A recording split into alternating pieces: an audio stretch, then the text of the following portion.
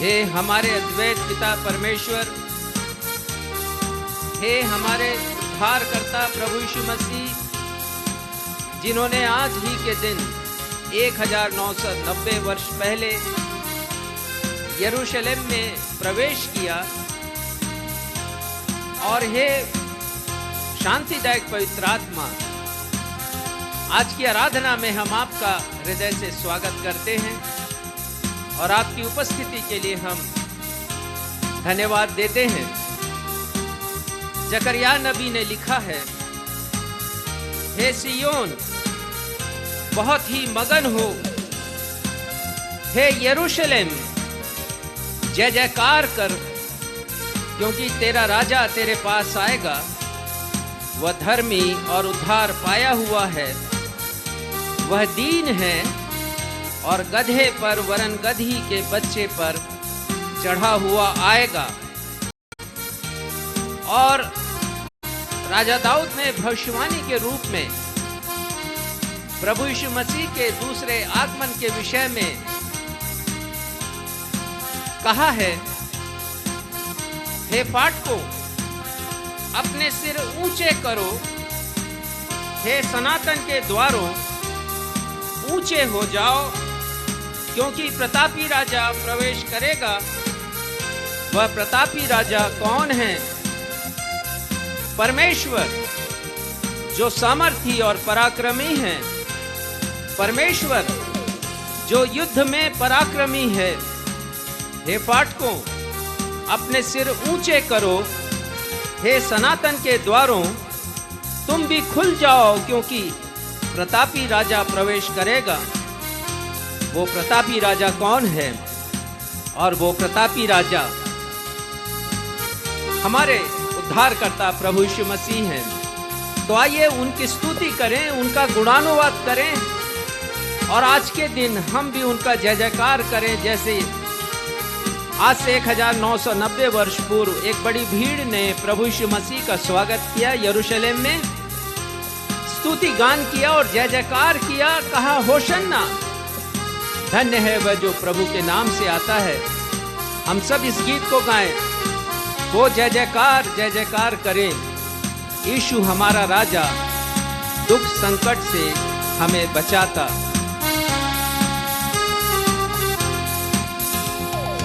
ओ जय जयकार करें, ओ जय जयकार करें। वो है हमारा राजा, राजा दुख संकट से बचाता, बचाता।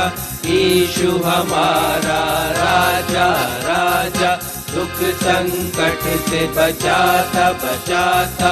हम पर अपनी करुणा करता और करता उपकार, क्यों ना उस पर तन मन वारे दे अपना अधिकार। ओ जय जयकार करे, ओ जय जयकार करे।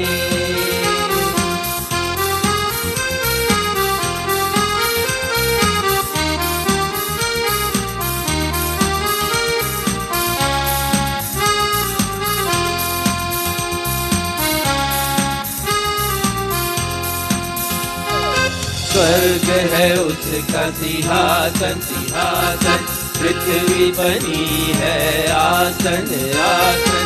स्वर्ग है उसका सिंहासन, सिंहासन पृथ्वी बनी है आसन, आसन।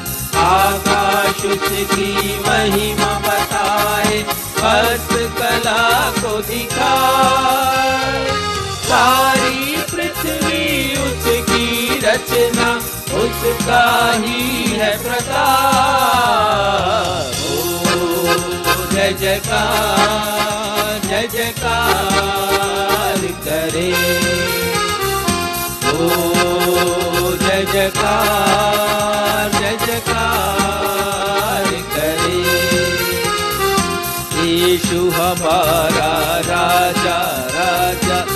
दुख संकट से बचाता बचाता, यीशु हमारा राजा राजा। दुख संकट से बचाता बचाता, हम पर अपनी करुणा करता और करता उपकार। क्यों ना उस पर तन मन वारे, दे अपना अधिकार। जय जयकार जय जयकार करे, ओ जय जयकार करे, ओ जय जयकार करे।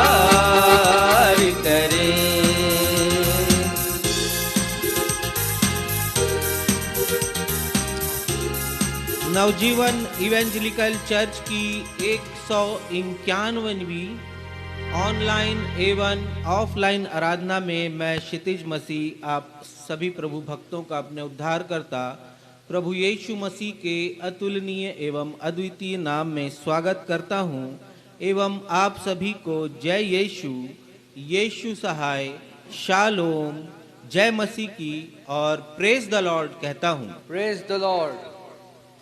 प्रिय भाइयों एवं बहनों, आज पाम संडे अर्थात खजूर के रविवार का पर्व है। आज से लगभग 2000 वर्ष पूर्व प्रभु यीशु मसीह ने इज़राइल देश के यरूशलेम में विजयी प्रवेश किया। उस दिन एक बड़ी भीड़ प्रभु यीशु मसीह के साथ थी। वे सब जोश, उमंग और उत्साह से भरकर होशन्ना के नारे लगा रहे थे। वे आनंद से भरकर अपने कपड़े और खजूर के वृक्ष की डालियां प्रभु यीशु मसीह का स्वागत करने उनके मार्ग पर बिछा रहे थे। इन सब का कारण यह था कि वे प्रभु यीशु मसीह को अपना राजा बनाना चाहते थे। एक ऐसा पराक्रमी राजा जो रोम के सम्राट कैसर को युद्ध में पराजित कर यहूदियों का साम्राज्य पृथ्वी पर स्थापित करे। परंतु प्रभु यीशु मसीह ने पहले ही अनेकों बार स्पष्टता से कहा था कि वे यरूशलेम में अपना बलिदान देने के लिए जाएंगे। प्रभु यीशु मसीह का संसार में सिर्फ और सिर्फ एकमात्र यही उद्देश्य था कि उनके क्रूस पर किए गए बलिदान के द्वारा संसार की समस्त जाति और हर एक लोगों का उनके पापों से क्षमा किया जाए और उनका उद्धार हो सके। इसलिए प्रभु यीशु मसीह ने लोगों के राजा बनने के प्रस्ताव को अस्वीकार कर दिया, क्योंकि वे सांसारिक राजा बनने के लिए नहीं परंतु लोगों के हृदय पर राज करने के लिए इस संसार में आए। आज इसी विषय पर हमारे पास्टर साहब आप सभी को संदेश देंगे।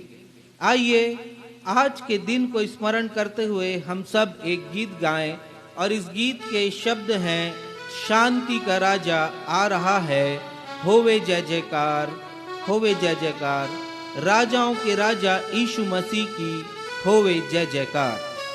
यदि आपके पास मेनोनाइट कलीसिया की गीत किताब है तो उसमें यह गीत क्रमांक 523 है, 523।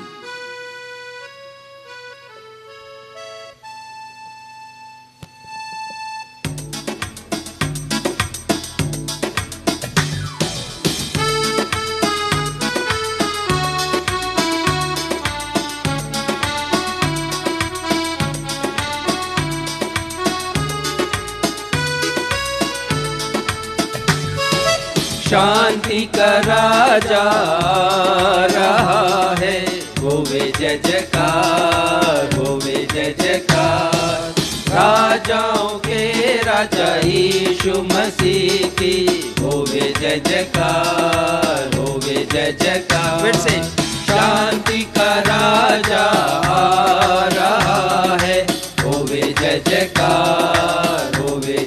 जयकार, राजाओं के राजा यीशु मसीह की होवे जय जयकार, होवे जय जयकार।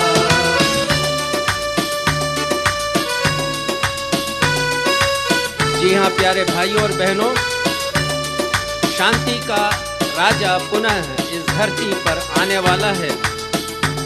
क्या हम उनका तहे दिल से जय जयकार करने के लिए तैयार हैं? होशन्ना के ऊंचे शब्दों के साथ, ऊंचे स्वर के साथ। और यदि नहीं तो आज हम अपने आप को तैयार कर लें, ताकि जब वो आए तो हम शर्मिंदा ना हो। सारे उसका स्वागत करते, राहों में अपने कपड़े बिछाते, सारे उसका स्वागत करते, राहों में अपने कपड़े बिछाते, इतना गहरा प्यार दिखाते, मानो अपने दिल है बिछाते, इतना गहरा प्यार दिखाते, मानो अपने दिल है बिछाते, ऊंचे स्वर से दिल से कहते, होवे जय जयकार, होवे जय जयकार, शांति का राजा आ रहा है, होवे जय जयकार, होवे जय जयकार।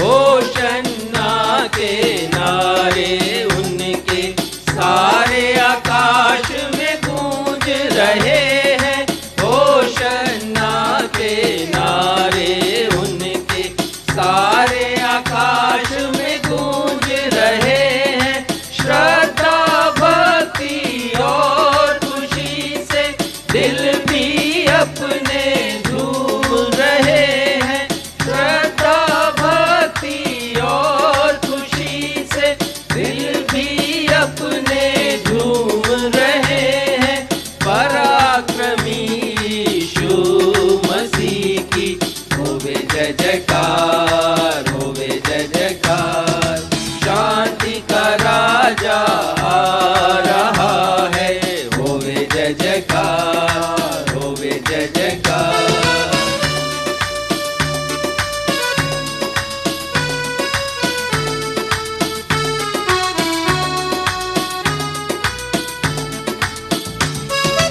सुनने वालों आ दिलों को सामने उसके अर्पण कर दो, सुनने वालों आ दिलों को सामने उसके अर्पण कर दो, खाली दिलों को अर्पण करके उसकी महिमा का दर्शन कर लो, खाली दिलों को अर्पण करके उसकी महिमा का दर्शन कर लो, साथ हमारे आवाज मिलाओ, होवे जय जयकार, होवे जय जयकार, शांति का राजा आ रहा है, होवे जय जयकार, होवे जय जयकार, राजाओं के राजा यीशु मसीह की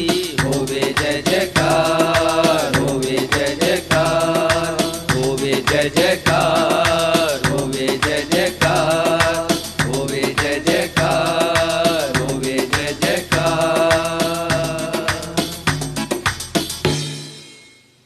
हम इसी स्थिति पर अपने स्थानों पर खड़े रहते हुए पवित्र शास्त्र में से निकाल लेंगे भजन संहिता अध्याय 145, उसके पद 1 से पद 11 तक। भजन संहिता अध्याय 145 पद 1 से पद 11 तक इसे हम उत्तरवादी की रीति से पढ़ेंगे और इसे पढ़ने में अगुवाई भाई सक्षम मसीह करेंगे।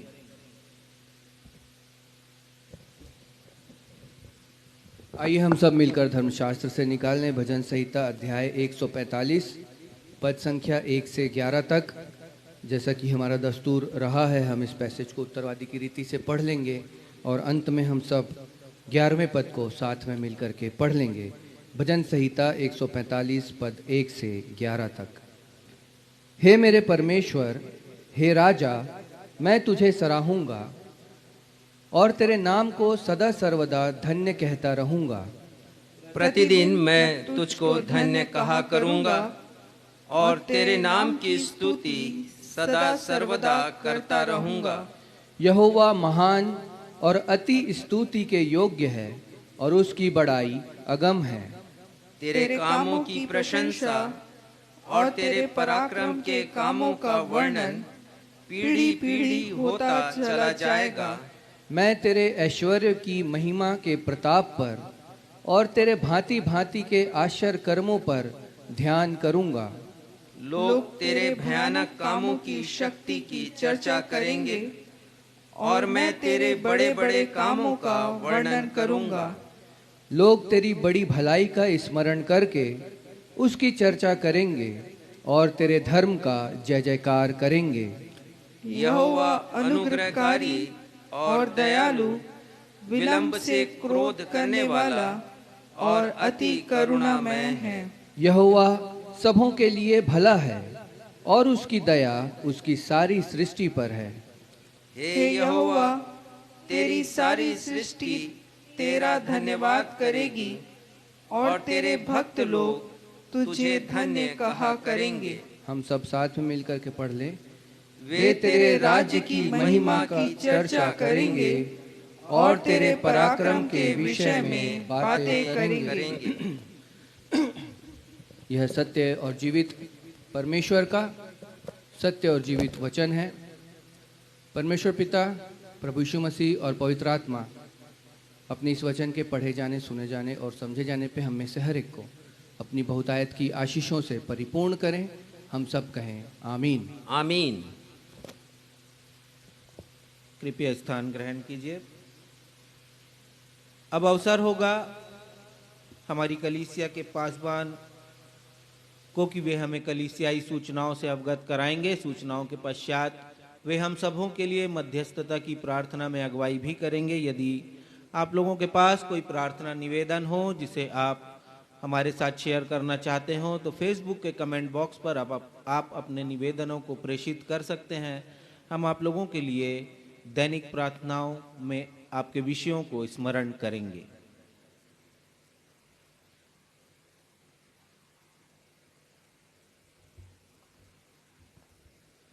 नवजीवन इवेंजलिकल चर्च की 191वीं अर्थात 191st ऑन एवं ऑफलाइन आराधना में मैं आप सभी प्रभु भक्तों का स्वागत करता हूं और आप सभी को जय मसीह की कहता हूं। जय मसीह। जैसा कि आप सब जानते हैं कि आज पाम संडे का पर्व है, अर्थात आज खजूर का रविवार है। आज से 1990 वर्ष पूर्व प्रभु यीशु मसीह ने यरूशलेम में विजयी प्रवेश किया था, लोगों को बताने के लिए कि वे यरूशलेम में मानव जाति के उद्धार के लिए अपना बलिदान करने आए हैं। और ये विशेष उद्देश्य था। यद्यपि लोगों का उद्देश्य कुछ और था, वो प्रभु यीशु मसीह को यहूदियों का राजा बनाना चाहते थे, अपना राजा बनाना चाहते थे। प्रभु यीशु के इस उद्देश्य को आज हम स्मरण करेंगे, इसलिए आज के संदेश को आप सब अवश्य सुनिएगा। सूचना इस प्रकार से हैं। प्रभु यीशु के दुखों को स्मरण करने के लिए हम प्रतिवर्ष पैशन वीक अर्थात दुख भोग सप्ताह मनाते हैं और इस वर्ष भी हम मना रहे हैं। हमारी आराधनाएं निम्नानुसार चलाई जाएंगी। आप सभी से निवेदन है कि आप इन आराधनाओं की जो तिथि है और उनका जो समय है उसे आप नोट कर लें। दिनांक 3 अप्रैल, 4 अप्रैल और 5 अप्रैल को संध्याकालीन आराधनाएं लगाई जाएंगी और ये आराधनाएं 7:30 बजे से प्रारंभ होंगी। दिनांक 6 अप्रैल को प्रभु भोज स्थापना दिवस मनाया जाएगा और इसका भी समय संध्या 7:30 बजे होगा। अर्थात 3, 4, 5 अप्रैल की सांध्यकालीन आराधनाएं 7:30 बजे से और 6 अप्रैल को प्रभु भोज स्थापना दिवस संध्या 7:30 बजे से प्रारंभ होगा। दिनांक 7 अप्रैल को गुड फ्राइडे है। हमारी कलीसिया के आराधना का समय है दोपहर 12 बजे से 3 बजे तक। ये ठीक उस समय का समय है जब प्रभु यीशु मसीह ने प्रमुखतः 4 वाणियों को कहा था, अंधकार छाया हुआ था और प्रभु यीशु मसीह की मृत्यु हुई थी। 7 वाणियों पर इस दिन मनन किया जाएगा, इसलिए आप इन सारी आराधनाओं को कृपया छोड़िएगा नहीं, मिस नहीं कीजिएगा। दिनांक 9 अप्रैल को पुनरुत्थान पर्व की आराधना, जैसे रविवारी आराधना प्रारंभ होती 11 बजे के बाद, वैसे ही उस दिन भी प्रारंभ की जाएगी। ये समस्त आराधनाएं ऑन एवं ऑफलाइन संचालित की जाएंगी। संभव होता है तो कलीसिया भवन में उपस्थित होइएगा। प्रार्थना अनुरोध इस प्रकार से है। हम अपनी बहन अंशु मालिनी गार्डिया के लिए प्रार्थना करते हैं। वो कैंसर रोग से पीड़ित हैं। परमेश्वर पिता से हम उनकी चंगाई की प्रार्थना करते हैं।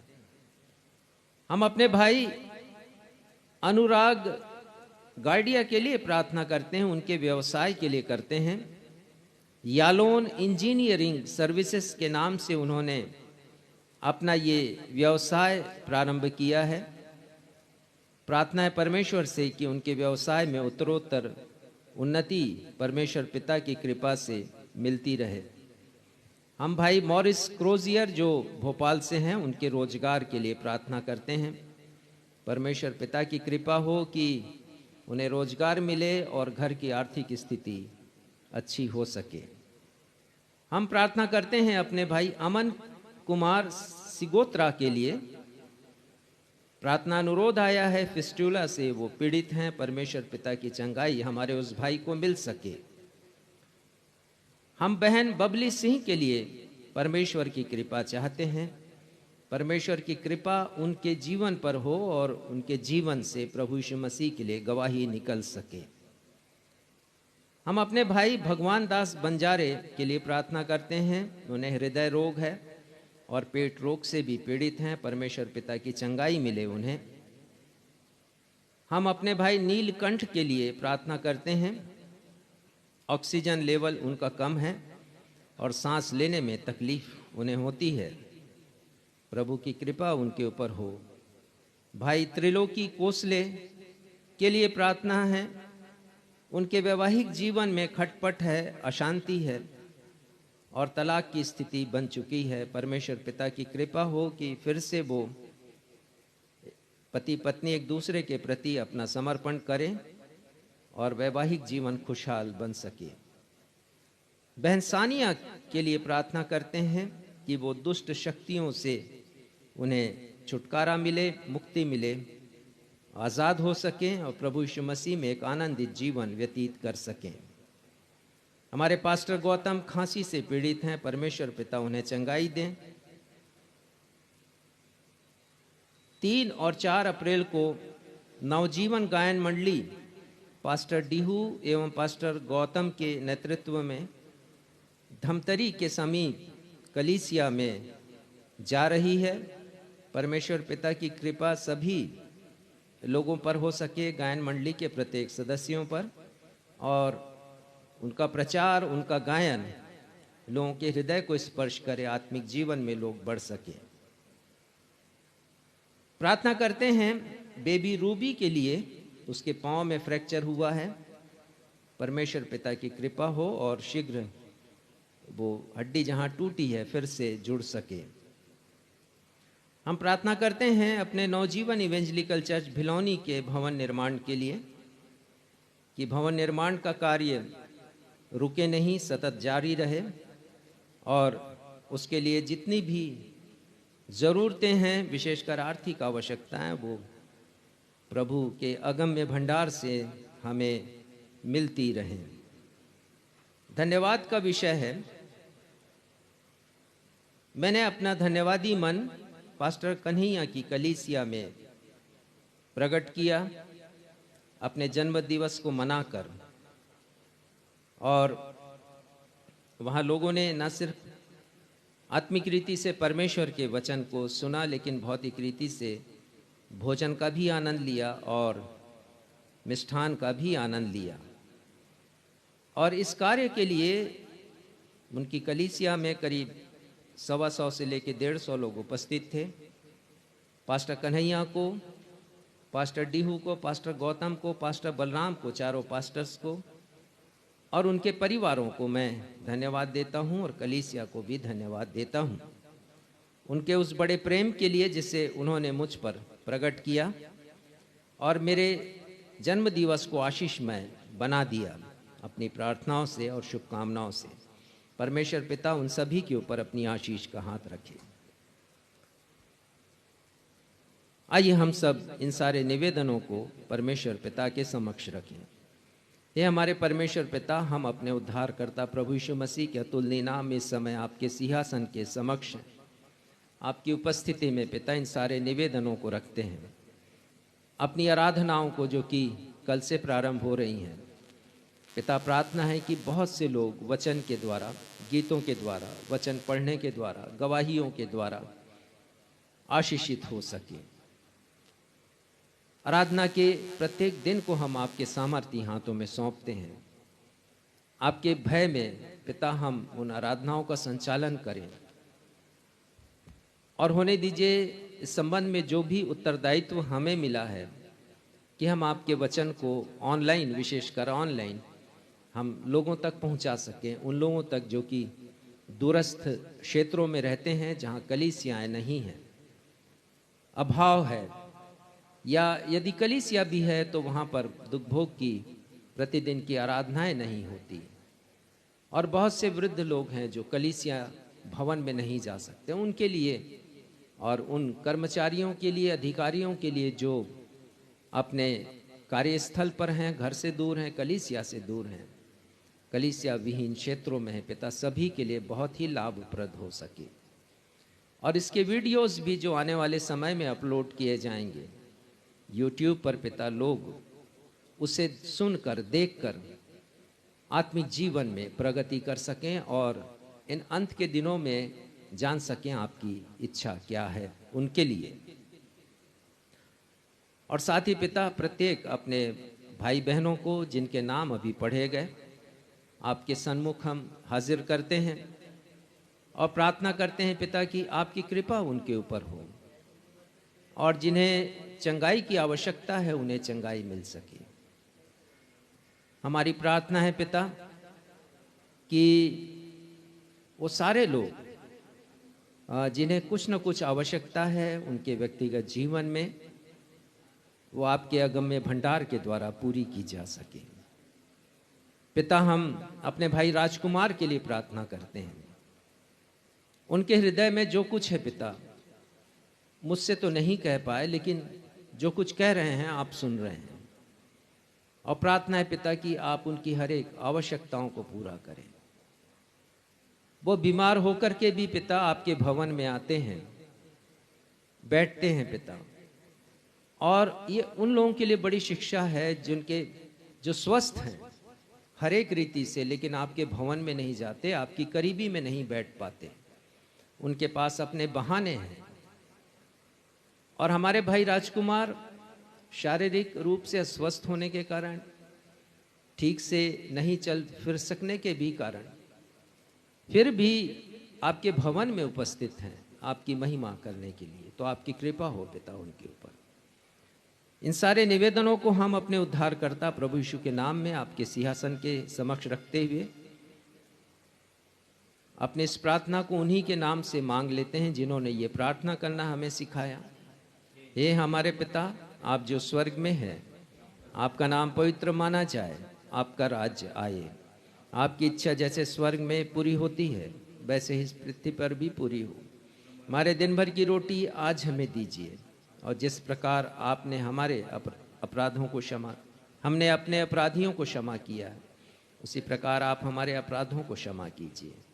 हमें परीक्षा में नहीं डालिए बल्कि बुराई से बचाइए, क्योंकि राज्य, पराक्रम और महिमा सदा आपके हैं। आमीन।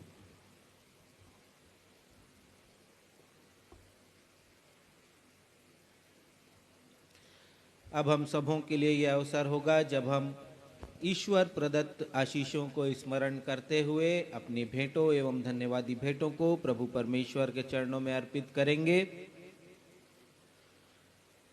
हम स्मरण करेंगे किस प्रकार प्रभु ने हमें चंगाई दी है, हमारे जीवन में नया वर्ष जोड़ा है, हमें दुर्घटनाओं से और आकस्मिक आने वाली क्षति से बचाया है।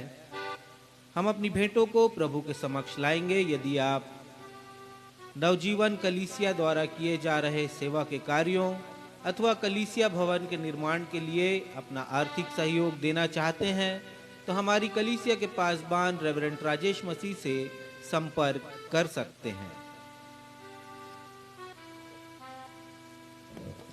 आइए इस समय हम सभी जब अपनी भेंटों को अर्पित करेंगे मिलकर यह गीत गा लेंगे। यहोवा का धन्यवाद करो क्योंकि वह भला है, उसकी करुणा सदा की है, उसका धन्यवाद करो।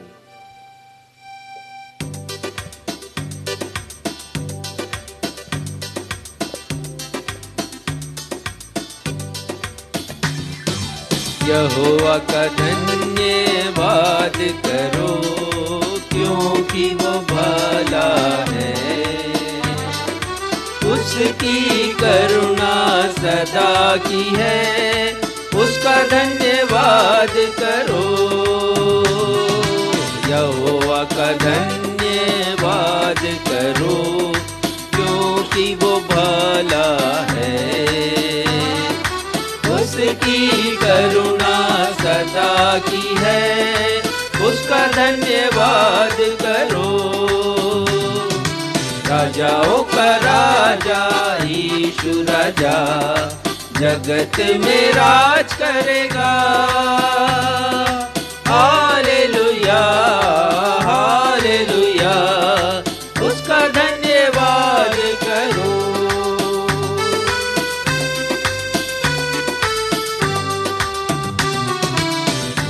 ईश्वरों का ईश्वर है, उसका धन्यवाद करो।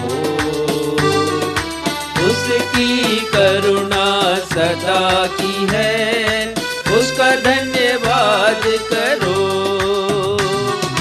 वो ईश्वरों का ईश्वर है, उसका धन्यवाद करो।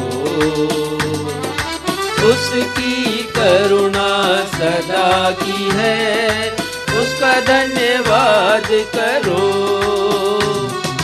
राजाओं का राजा यीशु राजा जगत में राज करेगा। हालेलुया हालेलुया, उसका धन्यवाद करो, उसका धन्यवाद करो, उसका धन्यवाद करो। आइए इन भेंटों को प्रभु के चरणों में अर्पित करेंगे। हम सभी प्रार्थना में जाएंगे।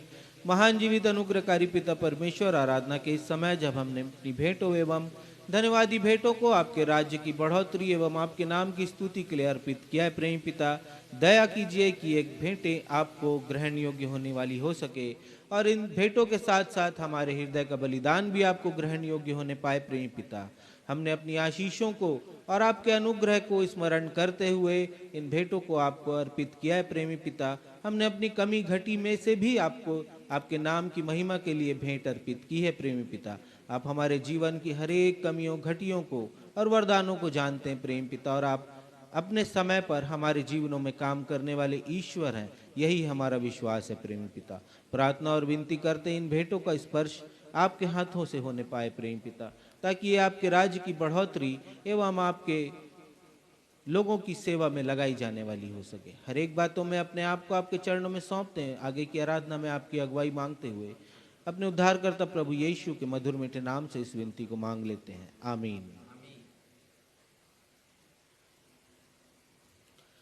पवित्र शास्त्र बाइबल से पाठों के पठन का अवसर होगा। पहला पाठ जो पुराने नियम से लिया गया है, जकरिया नबी की पुस्तक, उसका अध्याय 9 और पद 9। जकरिया अध्याय 9 और इसका एकमात्र पद पढ़ा जाएगा, पद 9।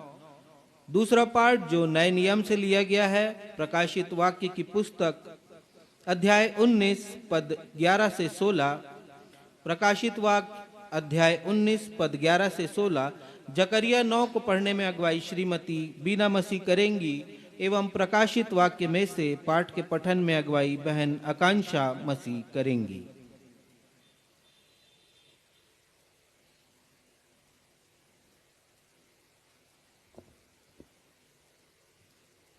राजाओं के राजा प्रभु यीशु मसीह में आप सबों को जय मसीह की। मैं आपके समक्ष पढ़ लूंगी जकरिया उसका अध्याय 9 पद 9। यहाँ पर इस प्रकार लिखा है, हे सियोन बहुत ही मगन हो, हे यरूशलेम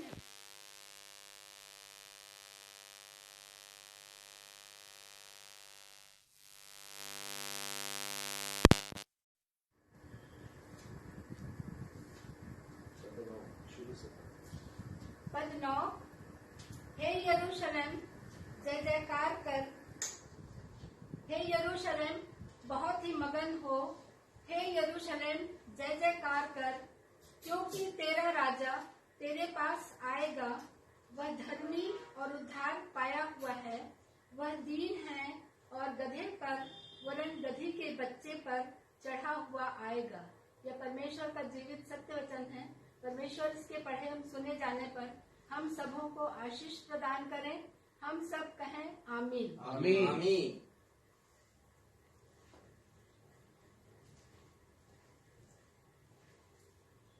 आप सबों को जय मसीह की। जय मसीह। मैं आप लोगों के सामने पढ़ लूंगी प्रकाशित वाक्य अध्याय 19 पद 11 से लेकर 16 तक। फिर मैंने स्वर्ग को खुला हुआ देखा और देखता हूँ कि एक श्वेत घोड़ा है और उस पर एक सवार है जो विश्वास योग्य और सत्य कहलाता है, और वह धर्म के साथ न्याय और युद्ध करता है। उसकी आंखें आग की ज्वाला है और उसके सिर पर बहुत से राज मुकुट हैं। उस पर एक नाम लिखा है जिसे उसको छोड़ और कोई नहीं जानता। वह लहू छिड़का हुआ वस्त्र पहने हैं और उसका नाम परमेश्वर का वचन है। स्वर्ग की सेना श्वेत घोड़ों पर सवार और श्वेत और शुद्ध मलमल पहने हुए उसके पीछे पीछे हैं। जाति जाति को मारने के लिए उसके मुंह से एक चोखी तलवार निकलती है। वह लोहे का राजदंड लिए हुए उन पर राज्य करेगा और सर्वशक्तिमान परमेश्वर के भयानक प्रकोप की जलजलाहट की मदिरा के कुंड में दाख रौंदेगा। उसके वस्त्र और जांग पर यह नाम लिखा है, राजाओं के राजा और प्रभुओं का प्रभु। परमेश्वर अपने पढ़े हुए वचन पर आशीष दे। हम सब कहें आमीन आमीन। सुसमाचार पाठ के आधार में हम सभी अपने अपने स्थानों पर खड़े हो जाएंगे। आज का सुसमाचार का पाठ जो लिया गया है, लूका रचित सुसमाचार अध्याय 19 पद 29 से 38। लूका अध्याय 19 पद 29 से 38, और इसे पढ़ने में अगुवाई हमारी कलीसिया के पासवान रेवरेंड राजेश मसीह करेंगे।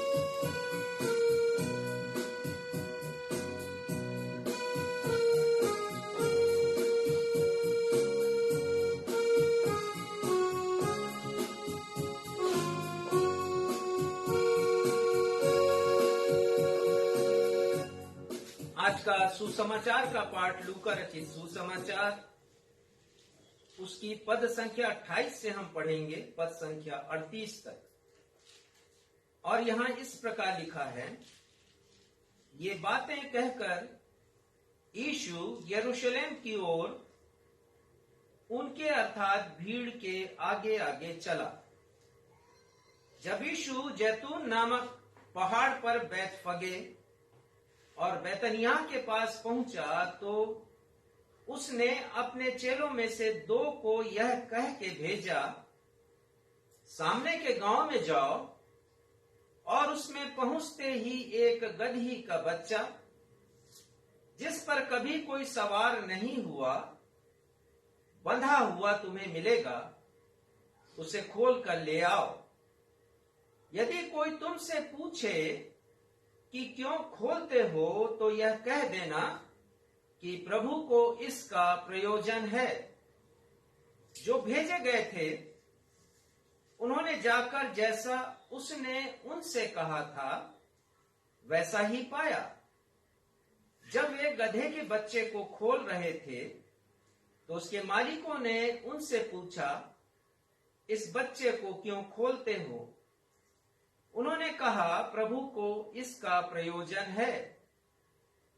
वे उसको यीशु के पास ले आए और अपने कपड़े गधी के बच्चे पर डालकर यीशु को उस पर बैठा दिया। जब वह जा रहा था तो वे अपने कपड़े मार्ग में बिछाते जाते थे। यरूशलेम के निकट आते हुए जब वह जैतून पहाड़ की ढलान पर पहुंचा तो चेलों की सारी मंडली उन सब सामर्थ्य के कामों के कारण जो उन्होंने देखे थे आनंदित होकर बड़े शब्द से परमेश्वर की स्तुति करने लगे। धन्य है वह राजा जो प्रभु के नाम से आता है। स्वर्ग में शांति और आकाश मंडल में महिमा हो। ये प्रभु यीशु ख्रिस्त का सुसमाचार है। हे प्रभु यीशु ख्रिस्त, आपके नाम की महिमा हो। कलीसिया कहे आमीन। आमीन।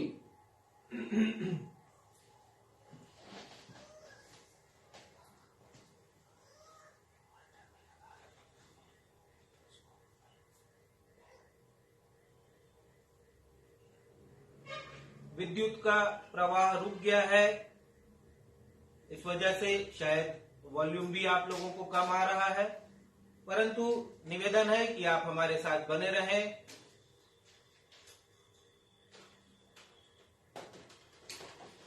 अब हम सभी के लिए यह सुनहरा अवसर होगा जब हम खजूर के रविवार अर्थात पाम संडे पर अपनी कलीसिया के पासवान रेवरेंड राजेश मसीह के द्वारा एक सार्थक एवं अर्थपूर्ण, प्रभावशाली एवं प्रेरणादायक संदेश को सुन सकेंगे।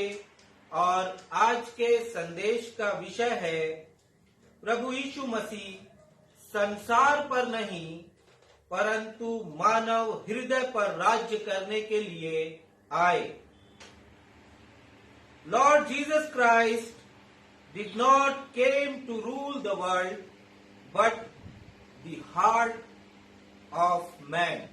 परंतु इससे पहले कि हम पाम संडे पर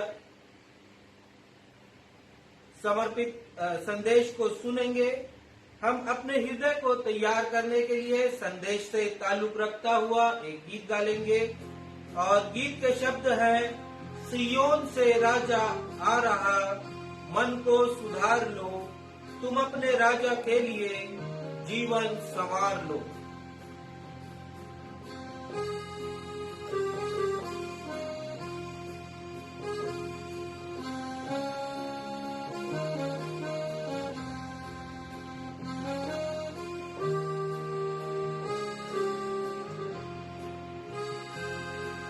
सियोन से राजा रहा, मन को सुधार लो,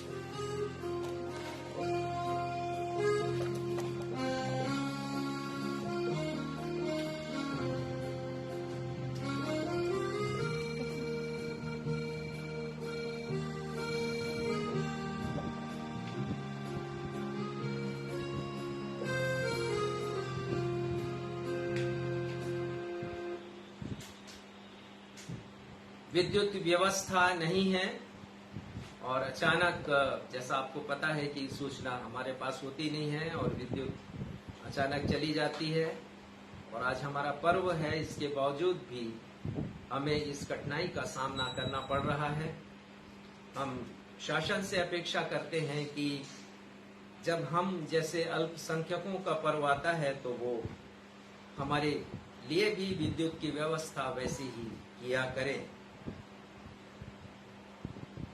आज के सुसमाचार के प्रचार के ऊपर हम आते हैं। प्रभु यीशु मसीह ने अनेकों बार यरूशलेम की यात्रा की। आज ही के दिन 1990 वर्ष पूर्व प्रभु यीशु मसीह ने यरूशलेम की यात्रा एक विशेष उद्देश्य को लेकर की, और वो उद्देश्य है आज का विषय जो मुखड़ा है आज के संदेश का, वो ये है कि प्रभु यीशु मसीह ने संसार पर नहीं परंतु मानव हृदय पर राज करने के लिए यरूशलेम में प्रवेश किया। The Lord Jesus Christ did not come in Jerusalem to rule over the world. मैं फिर से रिपीट करूंगा। The Lord Jesus Christ did not come in Jerusalem to rule over Judea or any other country or over the world, but the heart of man. मानव हृदय पर राज्य करने के लिए प्रभु यीशु मसीह ने आज ही के दिन यरूशलेम में प्रवेश किया, और उन्होंने एक अमिट छाप छोड़ी है हम सब विश्वासियों के हृदय पर कि प्रभु यीशु मसीह विश्व सम्राट बनने के लिए नहीं आए, लेकिन हृदय सम्राट बनने के लिए आए। और आज के विषय को और प्रभु यीशु मसीह के यरूशलेम में आज की ही के दिन आगमन के उद्देश्य को हम 4 बिंदुओं के द्वारा समझेंगे। इसलिए आप ध्यान से आज के संदेश को सुनिएगा। पहली बात तो यह है कि प्रभु यीशु मसीह यरूशलेम में अपना प्राण न्यौछावर करने के लिए आए। प्राण न्यौछावर करने का मतलब है बलिदान करना। प्रभु यीशु मसीह अपना बलिदान करने के लिए इस संसार में आए, और अपने इस इरादे को उन्होंने प्रकट किया। लूका रचित सुसमाचार के 9वें अध्याय के 51वें पद में प्रभु यीशु मसीह के विषय में लिखा है, जब यीशु के ऊपर उठाए जाने के दिन पूरे होने पर थे, अर्थात स्वर्गारोहण के दिन पूरे होने पर थे, तो यीशु ने यरूशलेम को जाने का विचार दृढ़ किया। तो प्रभु यीशु मसीह इसके पहले कि वो यरूशलेम आए,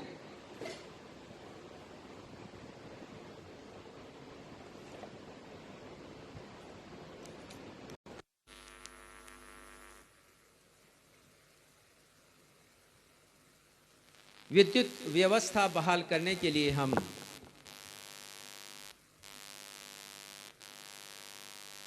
धन्यवाद देते हैं। फिर भी कुछ व्यवधान तो है ही, क्योंकि उस रीति से प्रकाश की व्यवस्था भी नहीं हो पा रही है, पर जैसा भी होगा हम आगे बढ़ेंगे।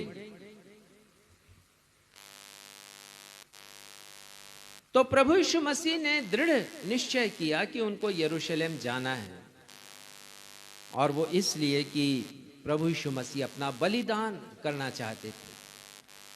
प्रभु यीशु मसीह अपने प्राणों को देना चाहते थे, अपने प्राण को देना चाहते थे, क्षमा कीजिएगा।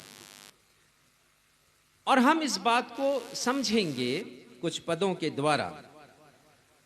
मरकुस रचित सुसमाचार उसका 14वां अध्याय उसके 64वें पद में हम पढ़ते हैं, कि प्रभु यीशु मसीह पर आरोप था, ये इल्जाम था प्रभु यीशु मसीह के ऊपर कि उन्होंने ईश निंदा की है। और पुराने नियम की व्यवस्था के अनुसार ईश निंदा एक बहुत बड़ा अपराध था, पाप था, और जो ईश निंदा करता था उसे पथरवाह करके मार डाला जाता था। तो बृहस्पतिवार की रात में, जिसे हम प्रभु भोज स्थापना दिवस के रूप में मनाते हैं, और हम पढ़ते हैं कि प्रभु यीशु मसीह ने प्रार्थना की 3 बार, प्रभु यीशु मसीह को पकड़वाया गया यहूदा इस्करियोती के द्वारा, और उसके बाद प्रभु यीशु मसीह को महायाजक की अदालत में लाया गया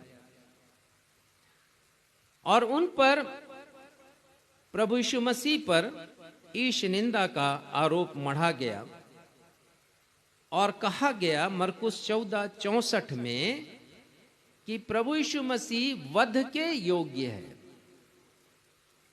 वध का मतलब होता है किल, और एक और शब्द उपयोग में लाया जाता है जब किसी की मृत्यु होती है दूसरे तरीके से, और हम कहते हैं उसका मर्डर हुआ, हत्या हुई है। अब दोनों में फर्क है, किल और मर्डर में, वध और हत्या में। किल का मतलब है बेगुनाह की मृत्यु, और हत्या का मतलब है गुनहगार की मृत्यु। किसी ने किसी के साथ बुरा किया और उसने उसकी हत्या कर दी, हम पढ़ते हैं उसके बारे में। तो प्रभु यीशु मसीह निर्दोष थे, बेगुनाह थे, और महायाजक ये कह रहे हैं कि वो वध के योग्य है। प्रभु यीशु मसीह भरी सभा में आरोप लगाया गया है। निर्गमन 12:5 में हम पढ़ते हैं, मूसा को यह निर्देश मिला था कि जो मेमना तुम बलिदान के लिए चुनो वो निर्दोष होना चाहिए, और इस प्रकार पहला फसह पर्व मनाया गया। और निर्गमन 12 अध्याय के 6वें पद में लिखा है, आदेश था कि सारी मंडली के लोग उस मेमने की बलि करें, अर्थात उसे किल करें।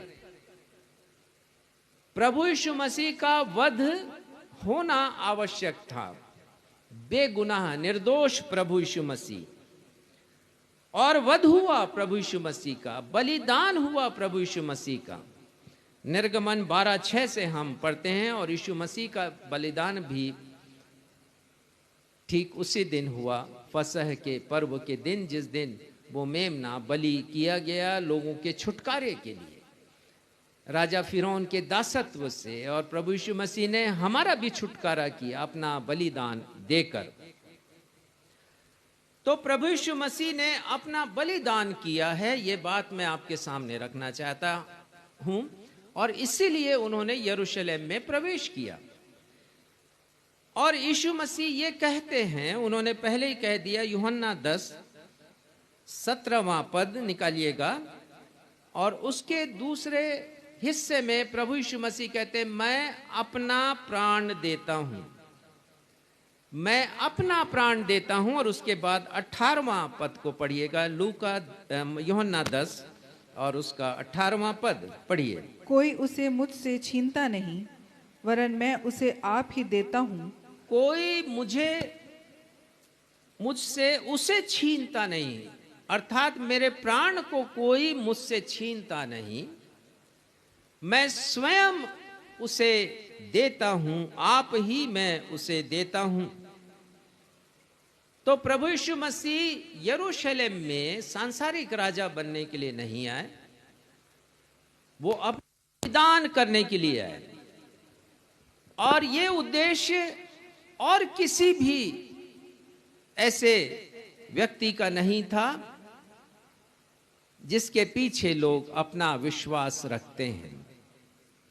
सब कोई जीने के लिए आए, लेकिन यीशु मसीह मरने के लिए आए। और 3 अलग अलग समयों में प्रभु यीशु मसीह ने इसी आशय की बातें कही हैं लोगों के सामने।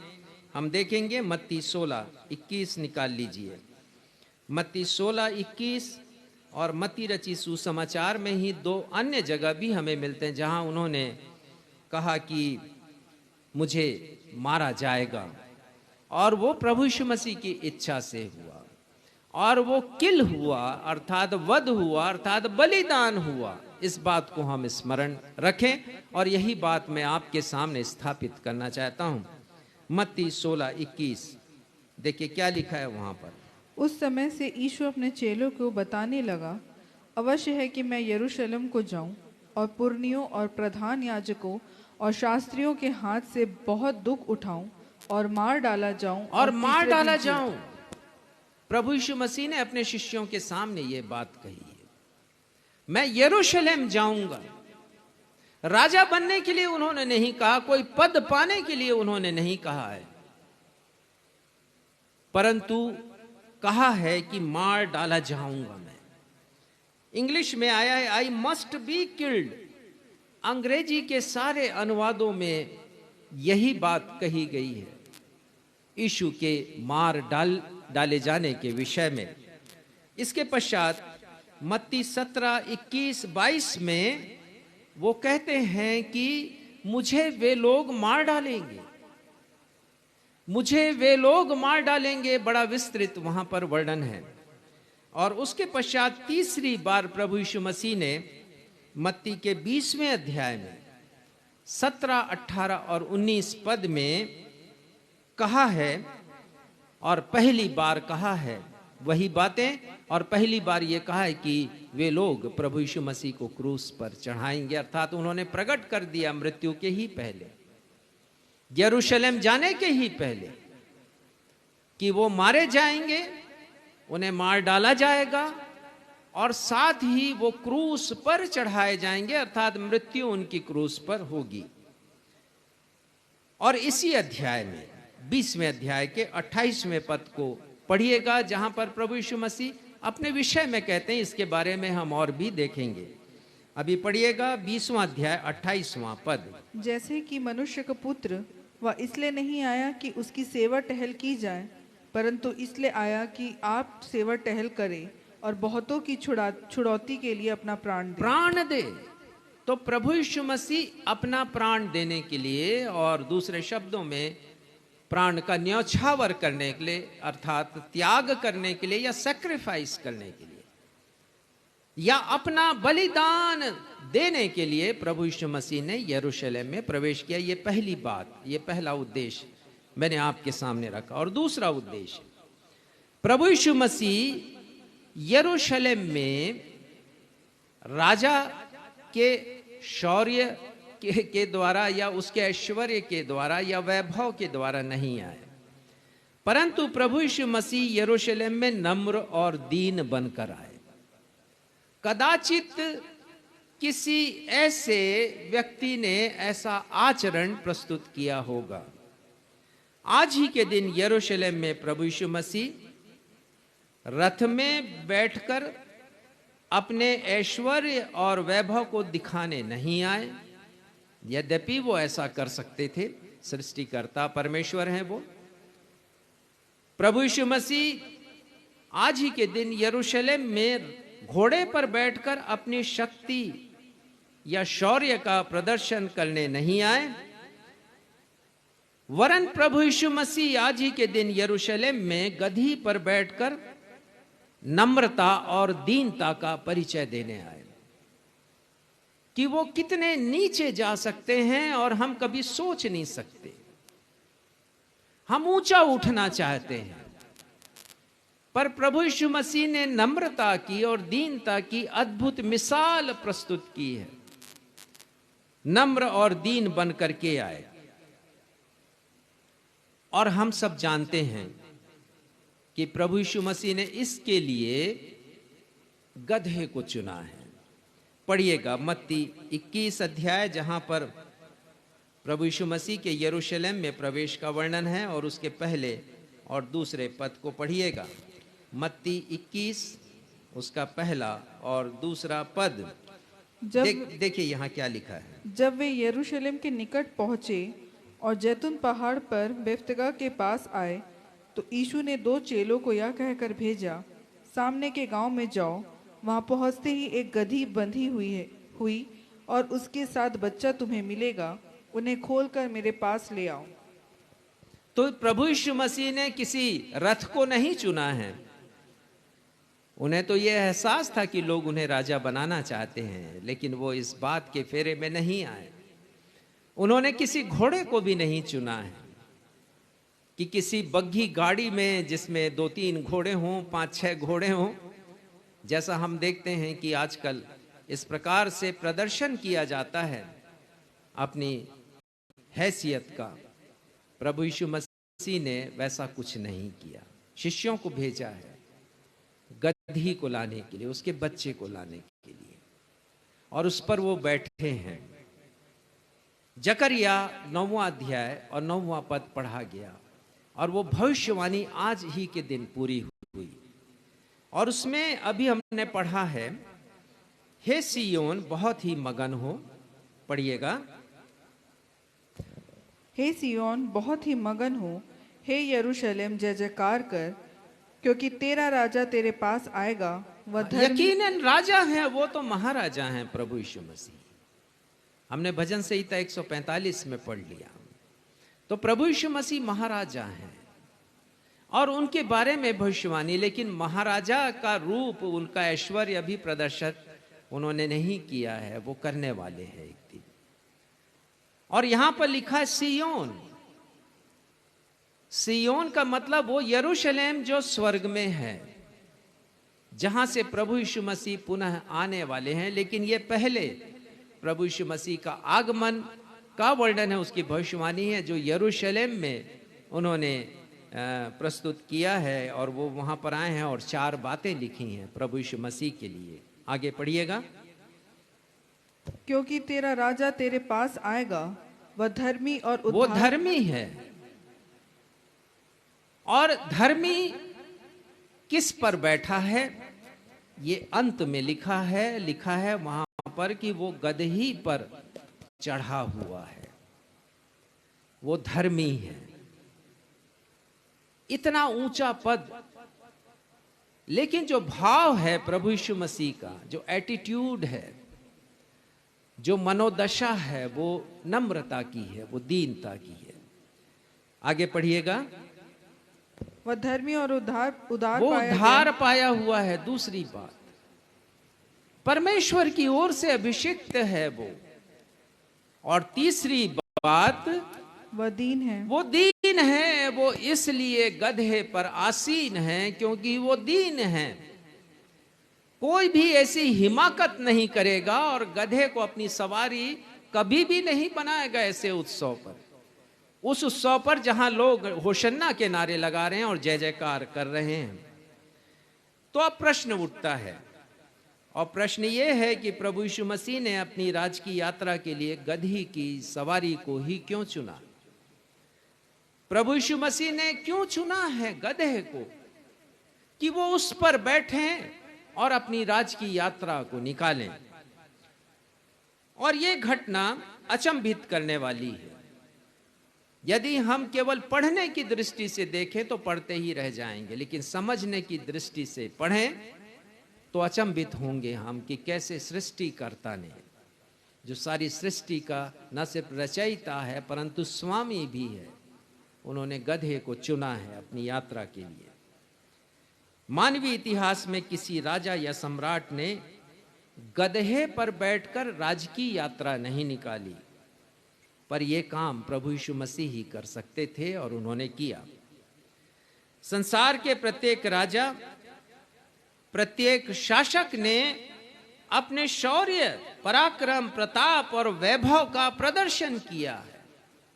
और मैं देखता हूं कभी कभी इतिहास के पन्नों को जब मैं पलटाता हूं, राजा महाराजाओं के बारे में मैं पढ़ता हूं या देखता हूं टेलीविजन में उनकी जिंदगी को, कि उन्होंने अपने पराक्रम का, शौर्य का, प्रताप का, वैभव का प्रदर्शन किया। और वर्तमान समय में भी बहुत से लोग अपने हैसियत का प्रदर्शन करते हैं। और हम सब जानते हैं, उचित नहीं है कि मैं उन सब के बारे में बताऊं आपको, आप सब जानते हैं। और जिनकी गाड़ियों पर, वाहनों पर ऊपर रेड लाइट होता है और वो आवाज देते हुए जनता के मध्य से निकल जाते हैं, क्योंकि वो विशिष्ट समझे जाते हैं। पर जकरिया कहते वो दीन है, वो गदही पर चढ़ा हुआ है। लेकिन प्रभु यीशु मसीह के बारे में लिखा है यशायाह 9 उसके 6वें पद के दूसरे हिस्से में कि उनका नाम है, और नाम दिया गया है प्रभु यीशु मसीह को। यशायाह 9 6वां पद उसका दूसरा हिस्सा, और प्रभु यीशु मसीह को यहाँ पर 5 नाम दिए गए हैं। और ये लिखा है वहां पर यशायाह ने कि वो उसका नाम अद्भुत युक्ति करने वाला, उनका नाम अद्भुत है, उनका काम अद्भुत है। उन्होंने वो किया जो किसी ने नहीं किया, उन्होंने वो किया जो कहा उन्होंने और करके दिखाया है। शिष्यों को भेजा है, जाओ गधे को लेकर के आओ, गधी को लेकर के आओ, उसके बच्चे को लेकर के आओ। उन्होंने उस पर बैठा है, करके दिखाया है कि वो हैं क्या और किस नम्रता की, किस निम्नता तक वो जा सकते हैं। और लिखा है युक्ति करने वाला, उसके बाद पराक्रमी परमेश्वर, उसके बाद अनंत काल का पिता और शांति का राजकुमार। प्रभु यीशु मसीह अद्भुत हैं, अद्भुत उनकी युक्तियां हैं, अद्भुत उनकी सवारी है आज के दिन। और गधी पर बैठकर यरूशलेम में प्रवेश करने के 3 कारण हैं प्रभु यीशु मसीह के। वो बताना चाहते हैं, मुझे और आपको सिखाना चाहते हैं कि ये पाम संडे का पर्व केवल ये नहीं है कि हम खजूर की डालियां हाथ में लें और एक जुलूस का हिस्सा बन जाएं, परंतु प्रभु यीशु मसीह मुझे और आपको सिखाना चाहते हैं। और आज हम सीखेंगे कि पहली बात कि गधा इसलिए चुनाव किया प्रभु यीशु मसीह ने क्योंकि वो शांति का प्रतीक है। और ये बताया जाता है कि प्राचीन काल में जब राजा युद्ध पर जाते थे या राज की यात्रा पर निकलते थे, तब वह रथ या घोड़े की बग्गी या घोड़े पर सवार होकर जाया करते थे राज की यात्रा में। और ये डिफरेंस है क्योंकि प्रभु यीशु मसीह की भी ये राज की यात्रा है। लेकिन प्राचीन काल में शांति और संधि प्रकट करते समय राजा गधे पर सवार होकर आते थे।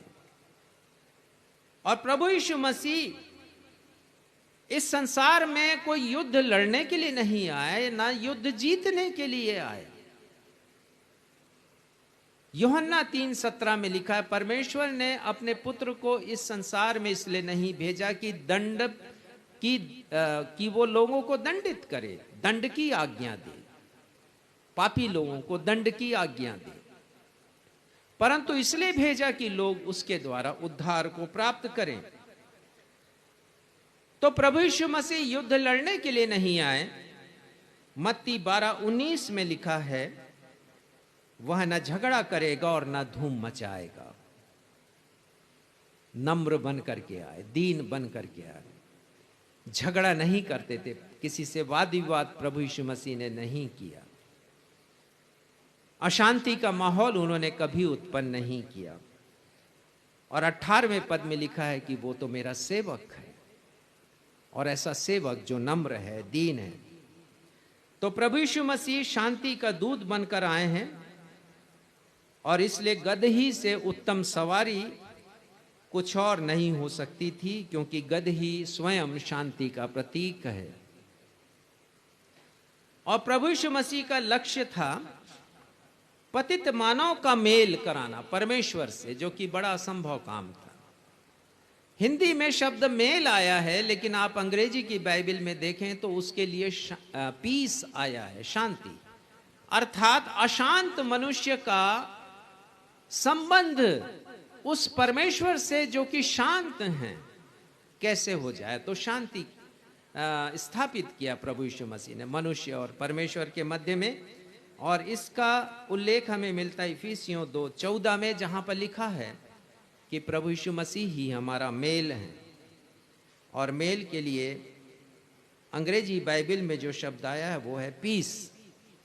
ही हिमसेल्फ इज आवर पीस, ऐसा लिखा हुआ है। तो प्रभु यीशु मसीह गधी पर बैठकर इसलिए आए क्योंकि वो शांति का प्रतीक हैं, और प्रभु यीशु मसीह शांति स्थापित करने के लिए आए। और इसलिए आज के गीत हमने जो गाए हैं उसमें ये शब्द भी आए हैं, और शब्द ये है कि शांति का राजा आ रहा है, होवे जय जयकार, होवे जय जयकार। तो वो शांति के राजा हैं और शांति के प्रतीक गदही पर सवार होकर यरूशलेम में वो आए हैं। दूसरी बात यह है कि गदहा दीनता का प्रतीक है। प्रभु यीशु मसीह के लिए लिखा है ये जकरिया 9:9 में कि वो दीन है, मन से नम्र और दीन प्रभु यीशु मसीह। तो गधा जो है वो हिंसक नहीं होता, जैसे दूसरे जानवर हिंसक होते हैं वैसा गधा हिंसक नहीं होता। कितना भी उसे छेड़ा जाए वो क्रोधित नहीं होता, वो क्रिया की प्रतिक्रिया कभी नहीं करता, और वो इसलिए क्योंकि गधा स्वभाव से नम्र होता है। प्रभु यीशु मसीह भी दीनता की मिसाल है। फिलिपियों 2:8 में लिखा है, पढ़िएगा, इसे तो अवश्य पढ़िएगा। प्रभु यीशु मसीह सारी मानव जाति के लिए, हम सभी के लिए दीनता की मिसाल है। पढ़िएगा फिलिपियों 2 उसका 8वां पद। और मनुष्य के रूप में प्रकट होकर अपने आप को दीन किया। प्रभु यीशु मसीह ने अपने आप को दीन किया है, मनुष्य के रूप में प्रकट होकर इतना छोटा किया प्रभु यीशु मसीह ने अपने आप को। वो जो कि परमेश्वर के तुल्यता में थे, परमेश्वर थे, परमेश्वर हैं कहना चाहिए, और वो मनुष्य बन गए, मनुष्य की समानता में आ गए। लिखा, इसके पहले पढ़िएगा आप, शून्य किया है उन्होंने। जो ईश्वरीय गुण है, परमेश्वर के गुण, उनको उसको उन्होंने त्यागा है। और यहां पर लिखा, अपने आप को इतना दीन किया है प्रभु यीशु मसीह ने, मनुष्य के रूप में प्रकट होकर।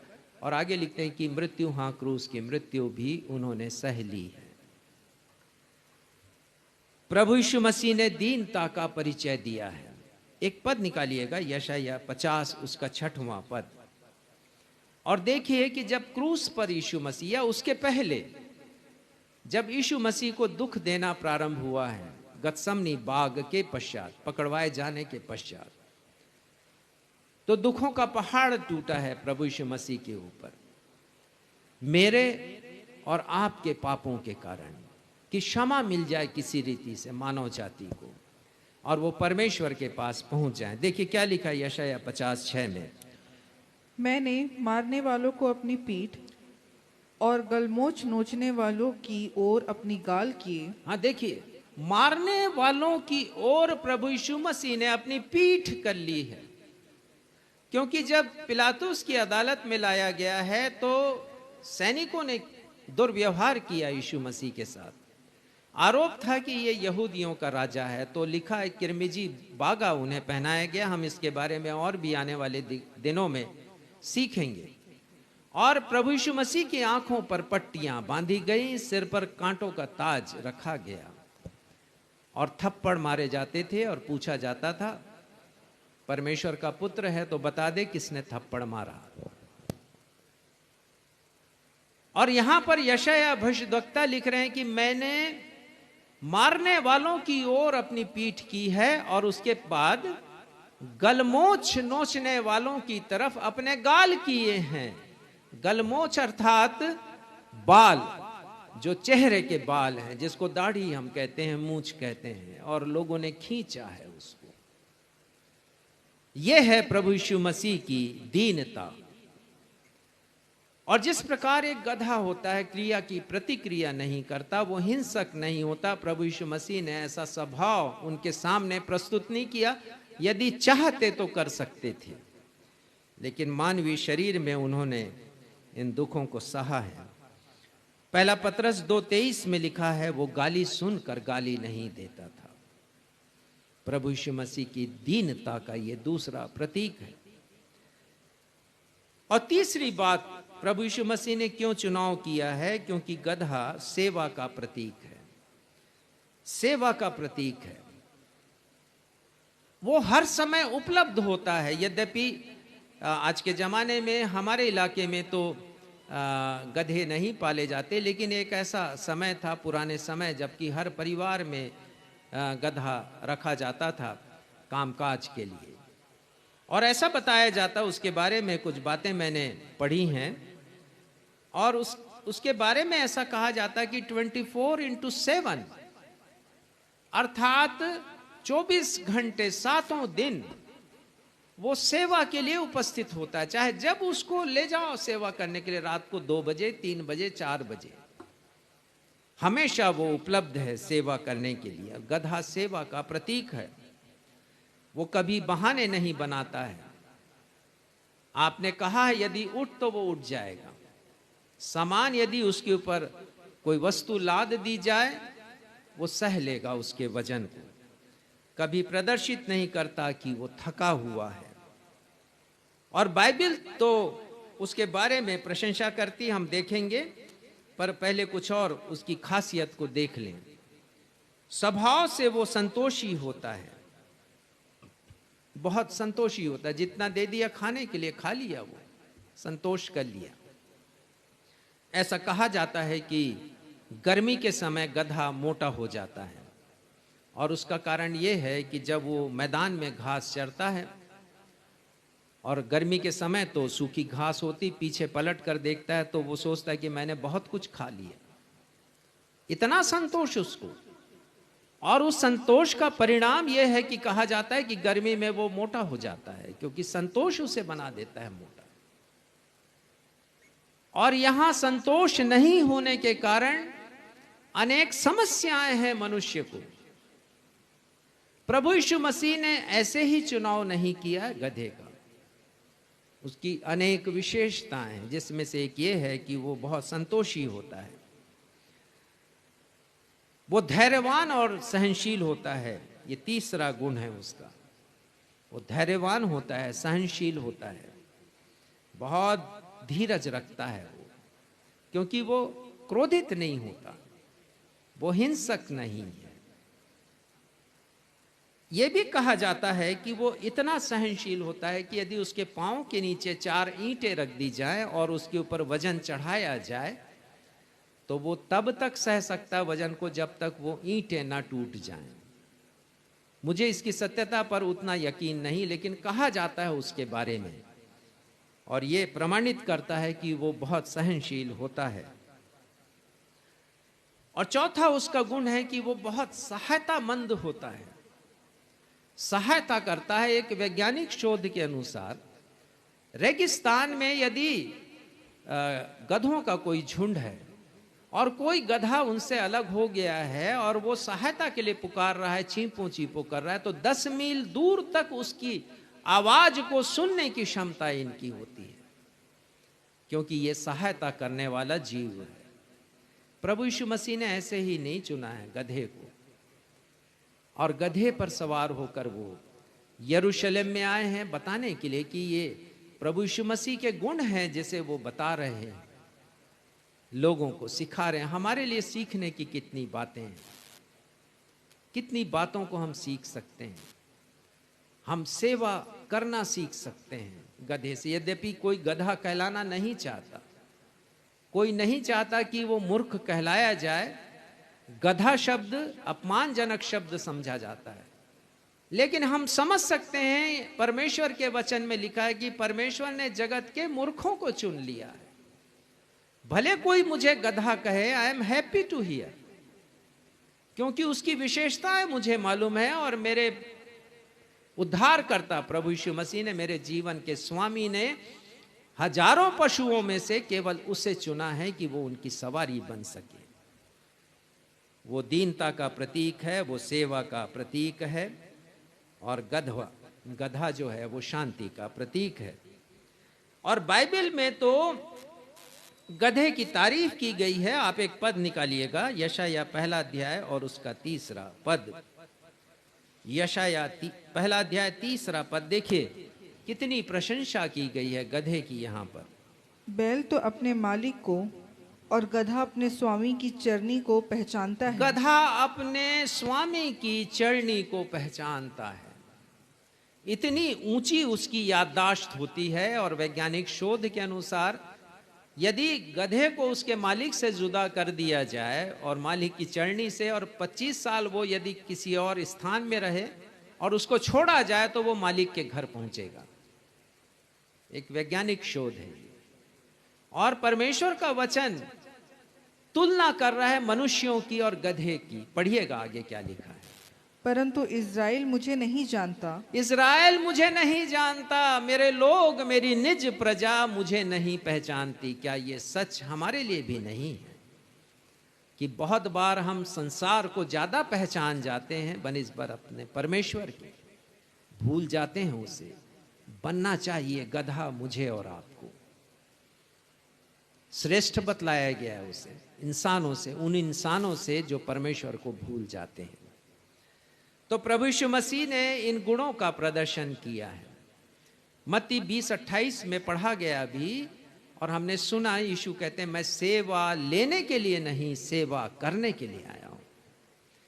और गधे के जीवन से हम इस बात को सीखते हैं। तीसरी बात, प्रभु यीशु मसीह यरूशलेम में सांसारिक राजा बनने के लिए नहीं आए।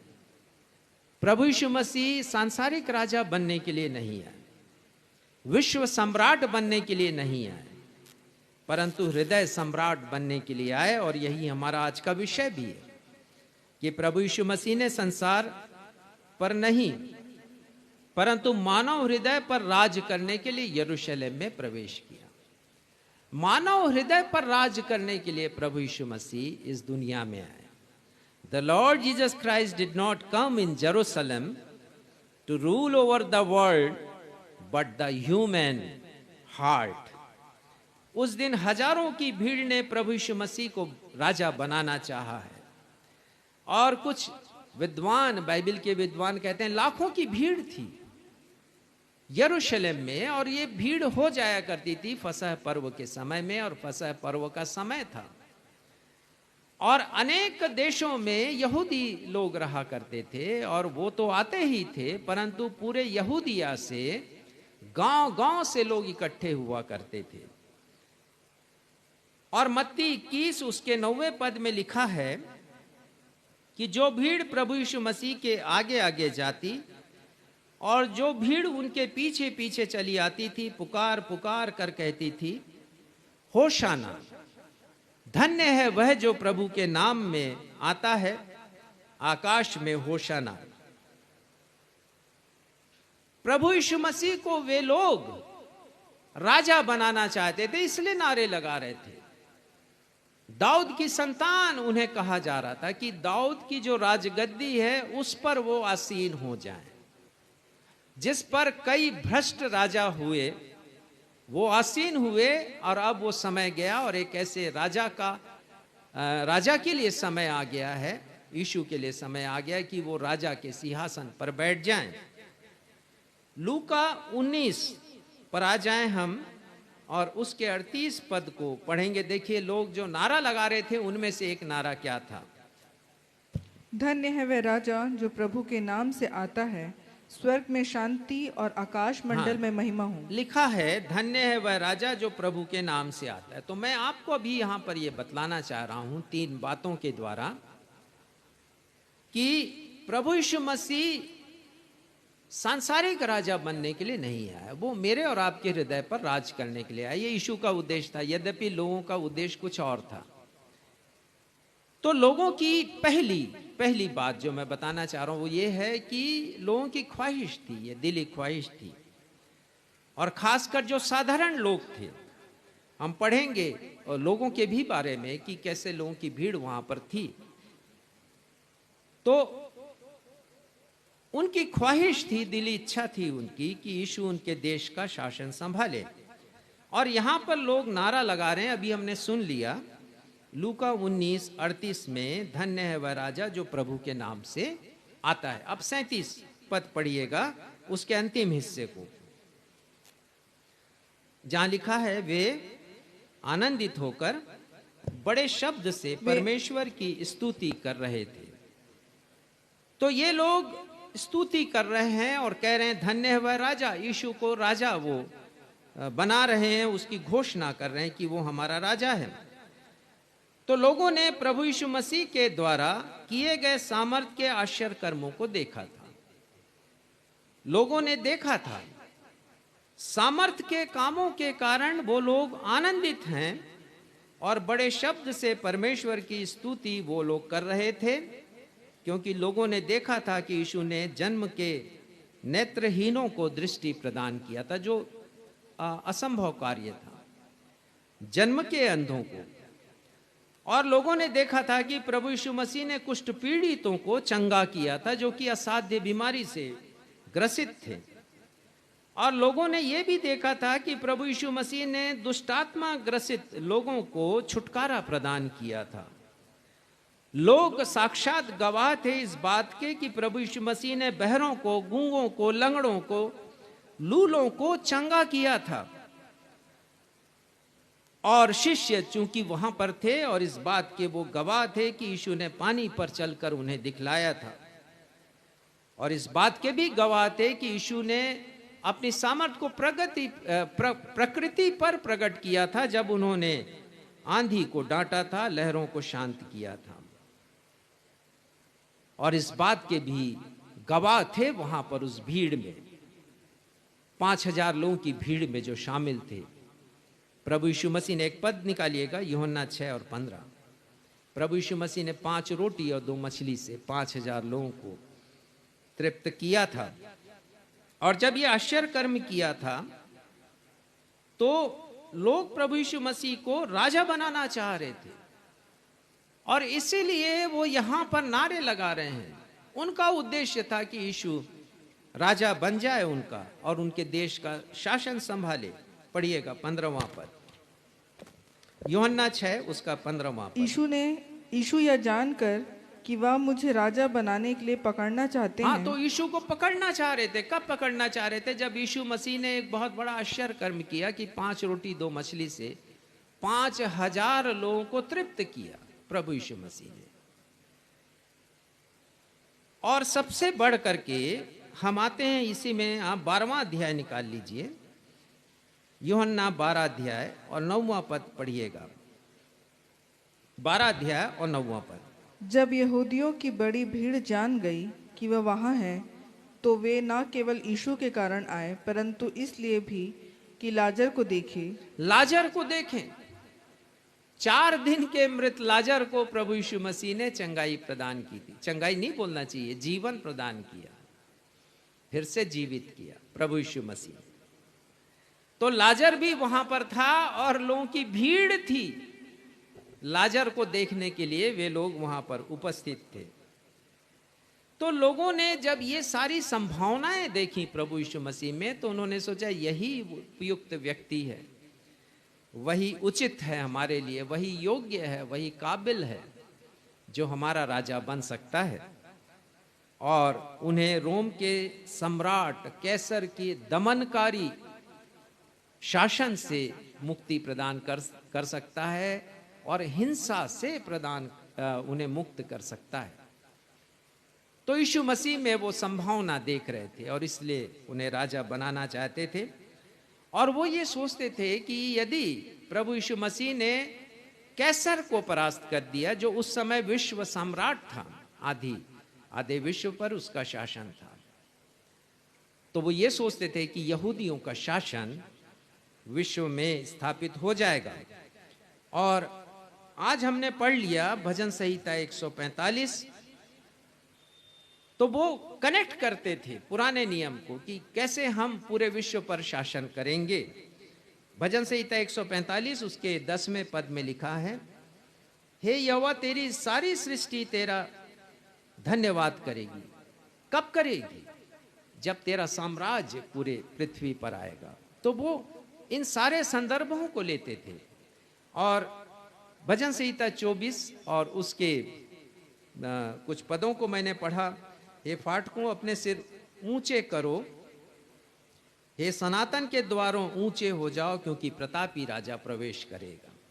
तो एक छवि थी, एक तस्वीर थी उनके हृदय में कि ये अंततः प्रभु यीशु मसीह विश्व विजेता बनेंगे और यहूदियों का साम्राज्य होगा। जैसे पहले यूनानियों का था, उसके बाद रोमन लोगों का आया और उसके बाद यहूदियों का था, तो ये उनका सपना था प्रभु यीशु मसीह को लेकर। और इसलिए वो पुकार पुकार कर कह रहे थे कि धन्य वह राजा जो प्रभु के नाम से आता है। दूसरी बात, और तो और प्रभु यीशु मसीह के शिष्य भी चाहते थे कि प्रभु यीशु मसीह राजा बने। इसका मतलब ना केवल वो भीड़ चाहती थी कि प्रभु यीशु मसीह राजा बने, परंतु प्रभु यीशु मसीह के शिष्य भी चाहते थे।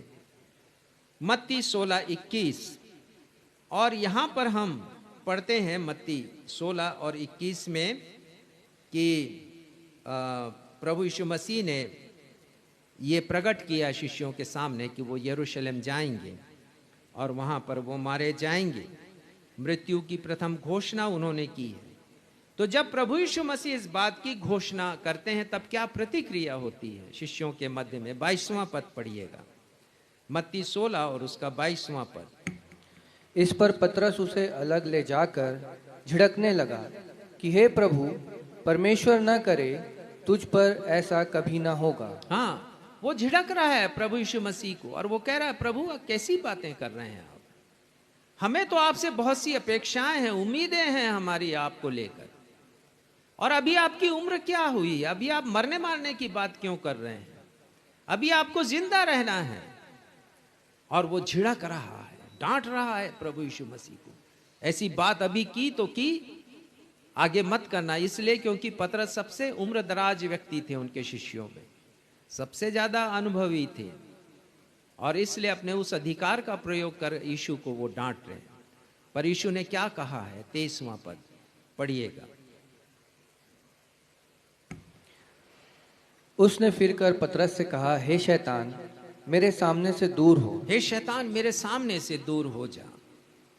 शिष्य चाह रहे हैं कि यीशु मसीह राजा बने, लेकिन प्रभु यीशु मसीह ने पतरस से कहा, हे शैतान, मेरे सामने से दूर हो जा। उसी पतरस को जिसकी प्रशंसा उन्होंने की है, यदि आप पढ़ेंगे 17वां पद में, मत्ती 16:17 में, तो लिखा है, हे शमौन योना के पुत्र, तू धन्य है। इसकी प्रशंसा की। और यहां पर प्रभु यीशु मसीह शैतान कह रहे हैं, इसलिए क्योंकि वो परमेश्वर की योजना में दखल दे रहा था। परमेश्वर की योजना में नहीं चाह रहा था कि वो प्रभु यीशु मसीह की मृत्यु हो। और वो इसलिए नहीं चाह रहा था क्योंकि पतरस भी प्रभु यीशु मसीह के राज्य में अपनी भूमिका देख रहा था। अपनी भूमिका देख रहा था कि वो प्रभु यीशु मसीह उसके इतने बड़े प्रशंसक हैं, उन्होंने धन्य कहा है, तो जरूर प्रभु यीशु मसीह जब राजा बनेंगे तो उसे कोई ना कोई ऊंचा पद उसे भी हासिल होगा।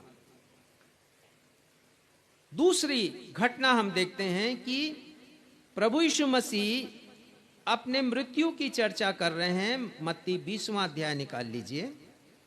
मृत्यु की चर्चा कर रहे हैं। 17, 18, 19 पद में अभी हमने देखा था, और वो कह रहे हैं यहां पर कि हम यरूशलेम को जाएंगे, मनुष्य का पुत्र महायाज। 18वां पद पढ़िएगा। देखो, हम यरूशलेम को जाते हैं और मनुष्य का पुत्र प्रधान याजकों और शास्त्रियों के हाथ पकड़वाया जाएगा, और वे उसको घात के लिए योग्य ठहराएंगे। 19वां भी। और उसको अन्य जातियों के हाथ सौंपेंगे कि वह उसे ठट्ठों में उड़ाए और कोड़े मारे और क्रूस पर चढ़ाए। हाँ, और वह अन्य जाति अर्थात रोमियों के हाथ में सौंपे गए, वो ठट्ठों में उड़ाए गए, कोड़ा मारा गया उनको और क्रूस पर चढ़ाए गए। प्रभु यीशु मसीह ने भविष्यवाणी ये की थी। तो प्रभु यीशु मसीह मृत्यु की चर्चा कर रहे हैं, लेकिन वहां इसके आगे एक और घटना घटी है कि जब्दी के पुत्रों की माता अर्थात याकूब और यूहन्ना की माता, अर्थात जो याकूब यूहन्ना जब्दी के पुत्र थे, 2 पुत्र थे। अब उनकी माता आई है यीशु के पास, और 20वें पद में लिखा है, प्रणाम किया है और कुछ मांगने लगी यीशु मसीह से। और क्या मांग रही है? 21वां पद पढ़िएगा। उसने उससे कहा, तू क्या चाहती है? वह उससे बोली, यह वचन दे कि मेरे ये 2 पुत्र तेरे राज्य में एक तेरे दाहिने और एक तेरे बाएं बैठे। ये वचन दे मुझे, आज दे, अभी दे। तेरे राज्य में अर्थात जब तू राजा बने तो एक तेरे दाहिने बैठे और एक तेरे बाएं बैठे, कह सकते हैं इसे हम कि एक सेनापति बन जाए और एक प्रधानमंत्री बन जाए, प्रमुख पद इनको हासिल हो जाए, इसका वचन मांग रही है प्रभु यीशु मसीह से। प्रभु यीशु मसीह अपने मृत्यु की बात कह रहे हैं।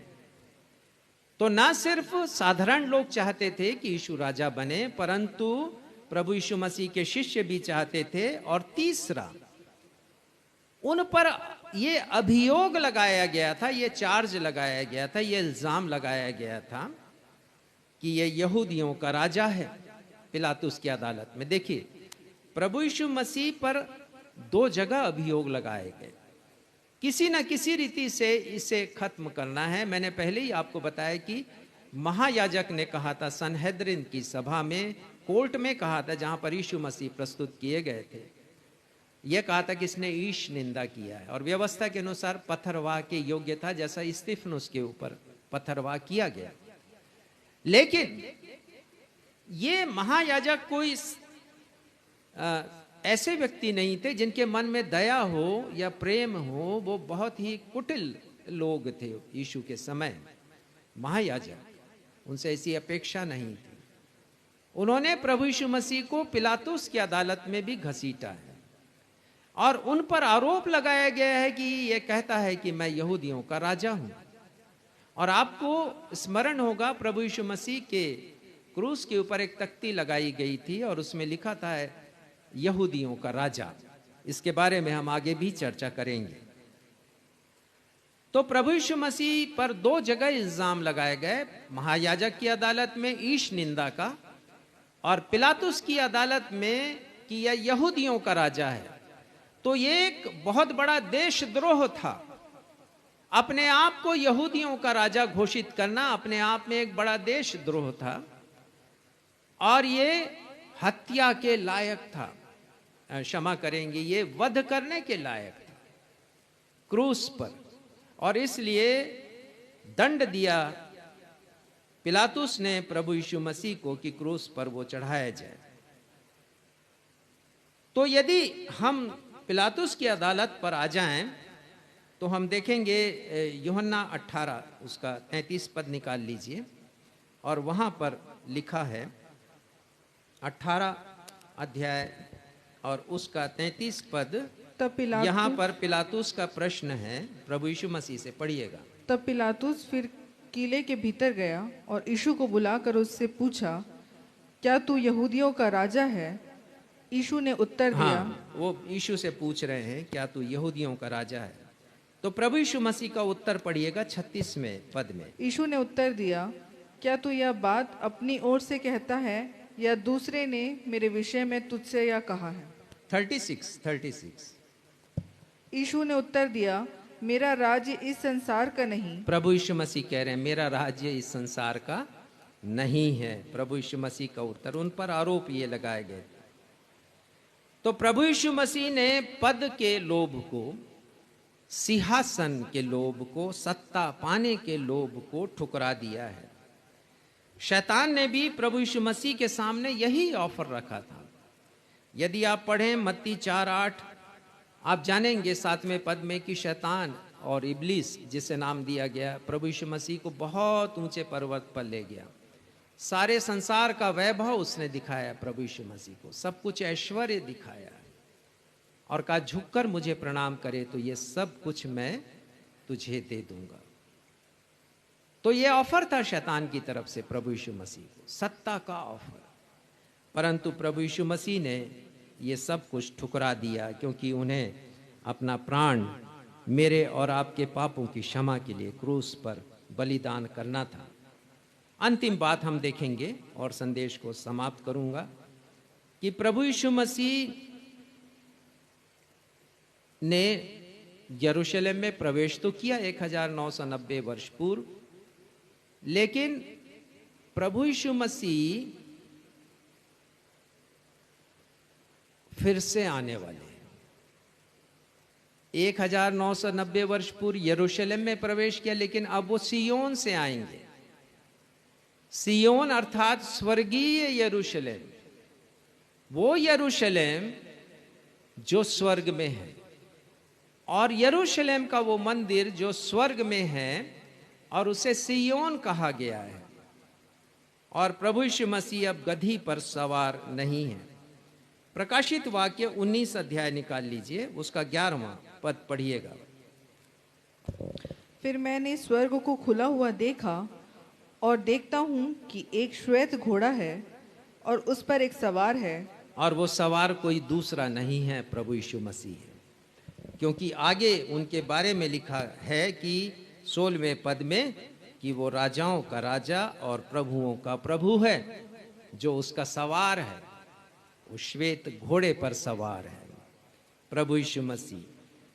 अब गधी पर सवार नहीं है। उन्होंने उसके गुणों को तो प्रकट कर दिया, पर अब अपने अधिकार को प्रकट करने प्रभु यीशु मसीह इस धरती पर आने वाले हैं, अपना न्याय प्रकट करने के लिए आने वाले हैं।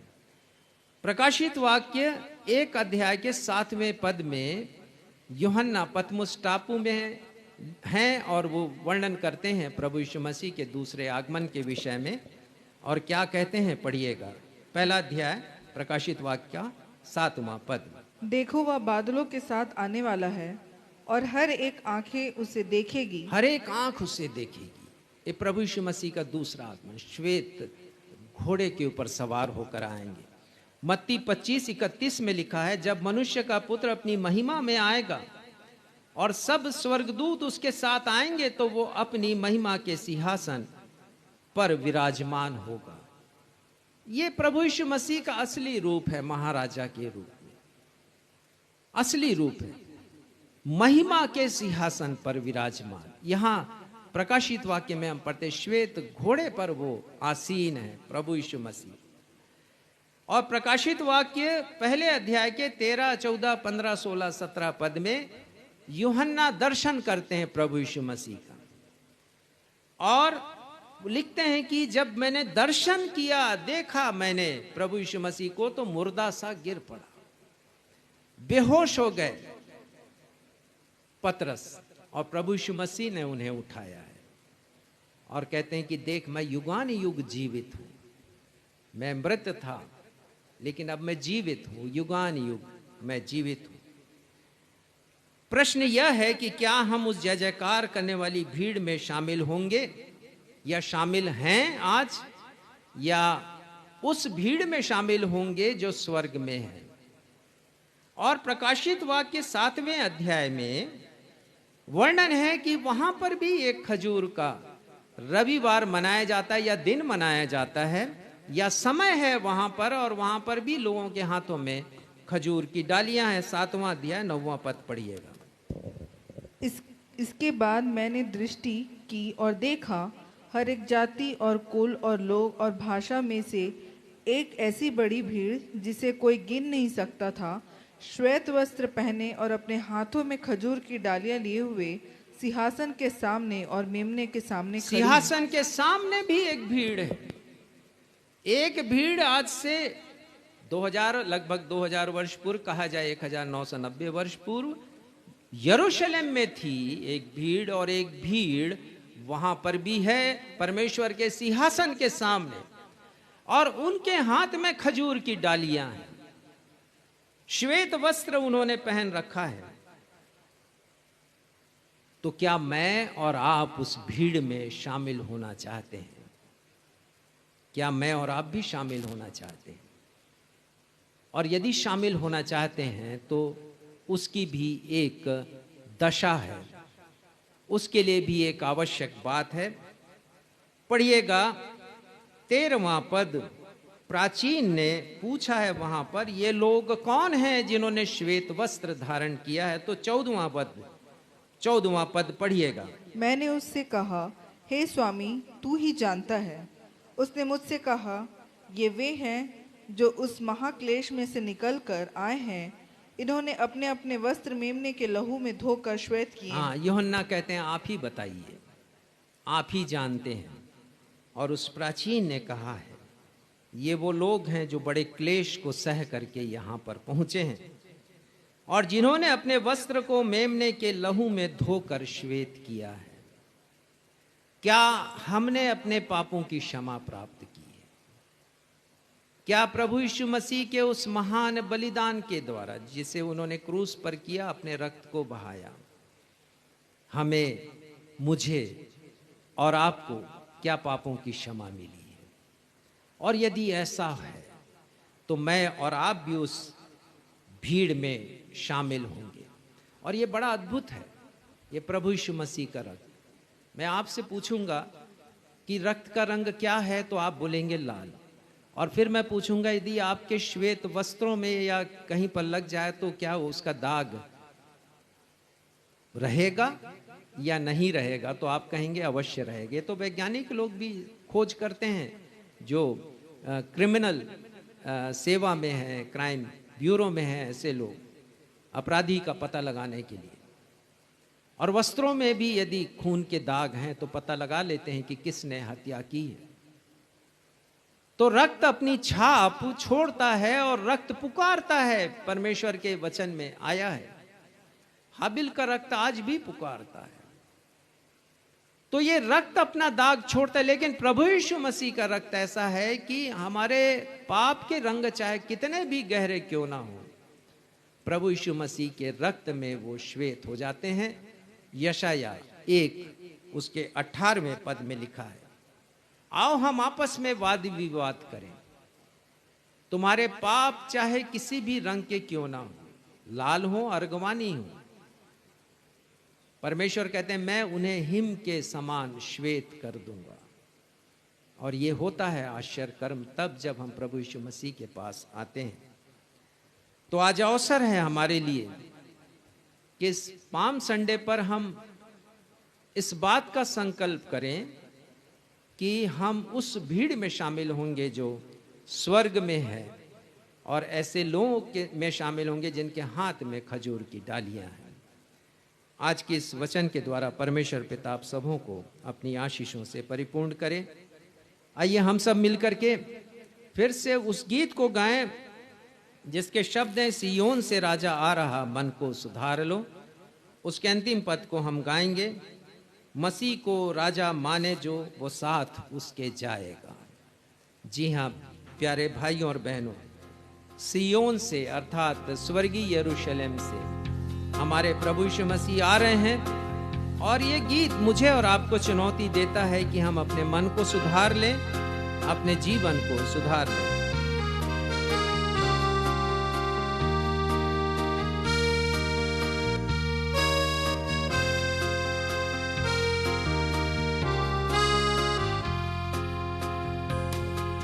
मसीह को राजा मान जो, वो साथ उसके जाएगा।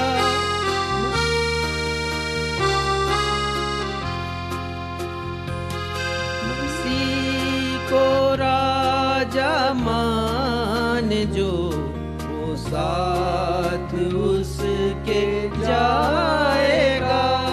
इनकार उसका जो करे, बर्बाद वो हो जाएगा, बर्बाद वो हो जाएगा। बहुत बड़ा सवाल है, दिल से विचार लो।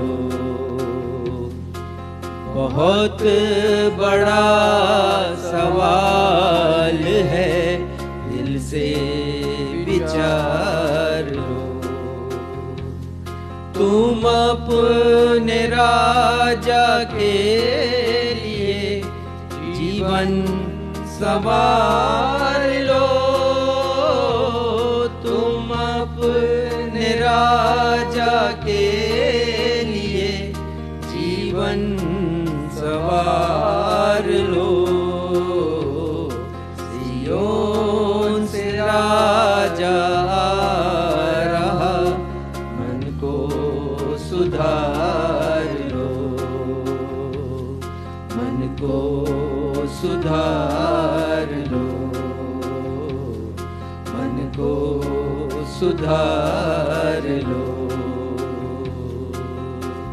प्रार्थना करें। हमारे पिता धन्यवाद देते हैं कि आज हमने स्मरण किया प्रभु यीशु मसीह के प्रथम प्रवेश को जो उन्होंने यरूशलेम में किया आज ही के दिन, और हमने सीख लिया कि उनका दूसरा प्रवेश भी इस संसार में होने वाला है। वो हमको लेने के लिए आने वाले हैं। और हमने देख लिया पिता की एक बड़ी भीड़ है आपके सिंहासन के सामने, और उस भीड़ के हाथों में भी खजूर की डालियां हैं। उन्हें दीजिए पिता कि हम उस भीड़ में शामिल हो सकें, और होने दीजिए कि हम अपने जीवन के पापों को धो सकें प्रभु यीशु मसीह के रक्त में, श्वेत कर सके पिता। श्वेत वस्त्र, हमें उद्धार का वस्त्र हमें हासिल हो और हम आप तक पहुंच सके। प्रार्थना करते हैं पिता, जितनों ने आज ये संकल्प किया है उनके साथ आपकी कृपा बनी रहे। हम सबों को अपने वचन की आशीषों से, वचन की भरपूरी से इसी प्रकार तृप्त कीजिए प्रभु, आने वाले सप्ताह में भी। और इसलिए हम अपनी इस प्रार्थना को आपके बेटे हमारे उद्धारकर्ता प्रभु यीशु के नाम से मांगते हैं। सुनिए, ग्रहण कीजिए। कलीसिया कहे आमीन। आशीष ग्रहण करेंगे। अब मैं आप सबों को परमेश्वर पिता के सुरक्षामयी हाथों में अनुग्रह के वचन के साथ सौंप देता हूँ।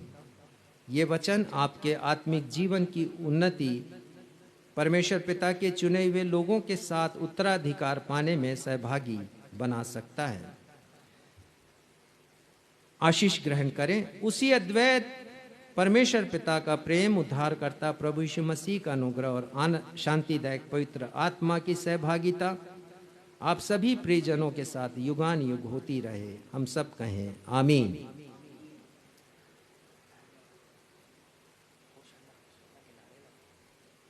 आज हम नारा लगाएंगे, प्रभु यीशु मसीह का जय जयकार करेंगे, जैसा हम पाम संडे के दिन करते हैं। और मैं कहूँगा, धन्य है वह जो प्रभु के नाम से आता। आप कहिएगा जोर से, होशन्ना होशन्ना। और मैं कहूँगा, राजाओं के राजा, प्रभुओं के प्रभु की जय। आप कहिएगा जय जयकार जय जयकार। मैं केवल जय कहूँगा, आप कहेंगे जय जयकार जय जयकार। पहला नारा हम लगाएंगे, धन्य है वह जो प्रभु के नाम से आता है। होशन्ना होशन्ना। धन्य है वह जो प्रभु के नाम से आता है। होशन्ना होशन्ना। राजाओं के राजा प्रभु यीशु मसीह की जय। जय जयकार जय जयकार। प्रभुओं के प्रभु प्रभु यीशु मसीह की जय। जय जयकार जय जयकार। धन्य है वह जो प्रभु के नाम से आता है। होशन्ना होशन्ना। राजाओं के राजा प्रभु यीशु मसीह की जय। जय जयकार जय जयकार। प्रभुओं के प्रभु प्रभु यीशु मसीह की जय। जय जयकार जय जयकार। जय मसीह की।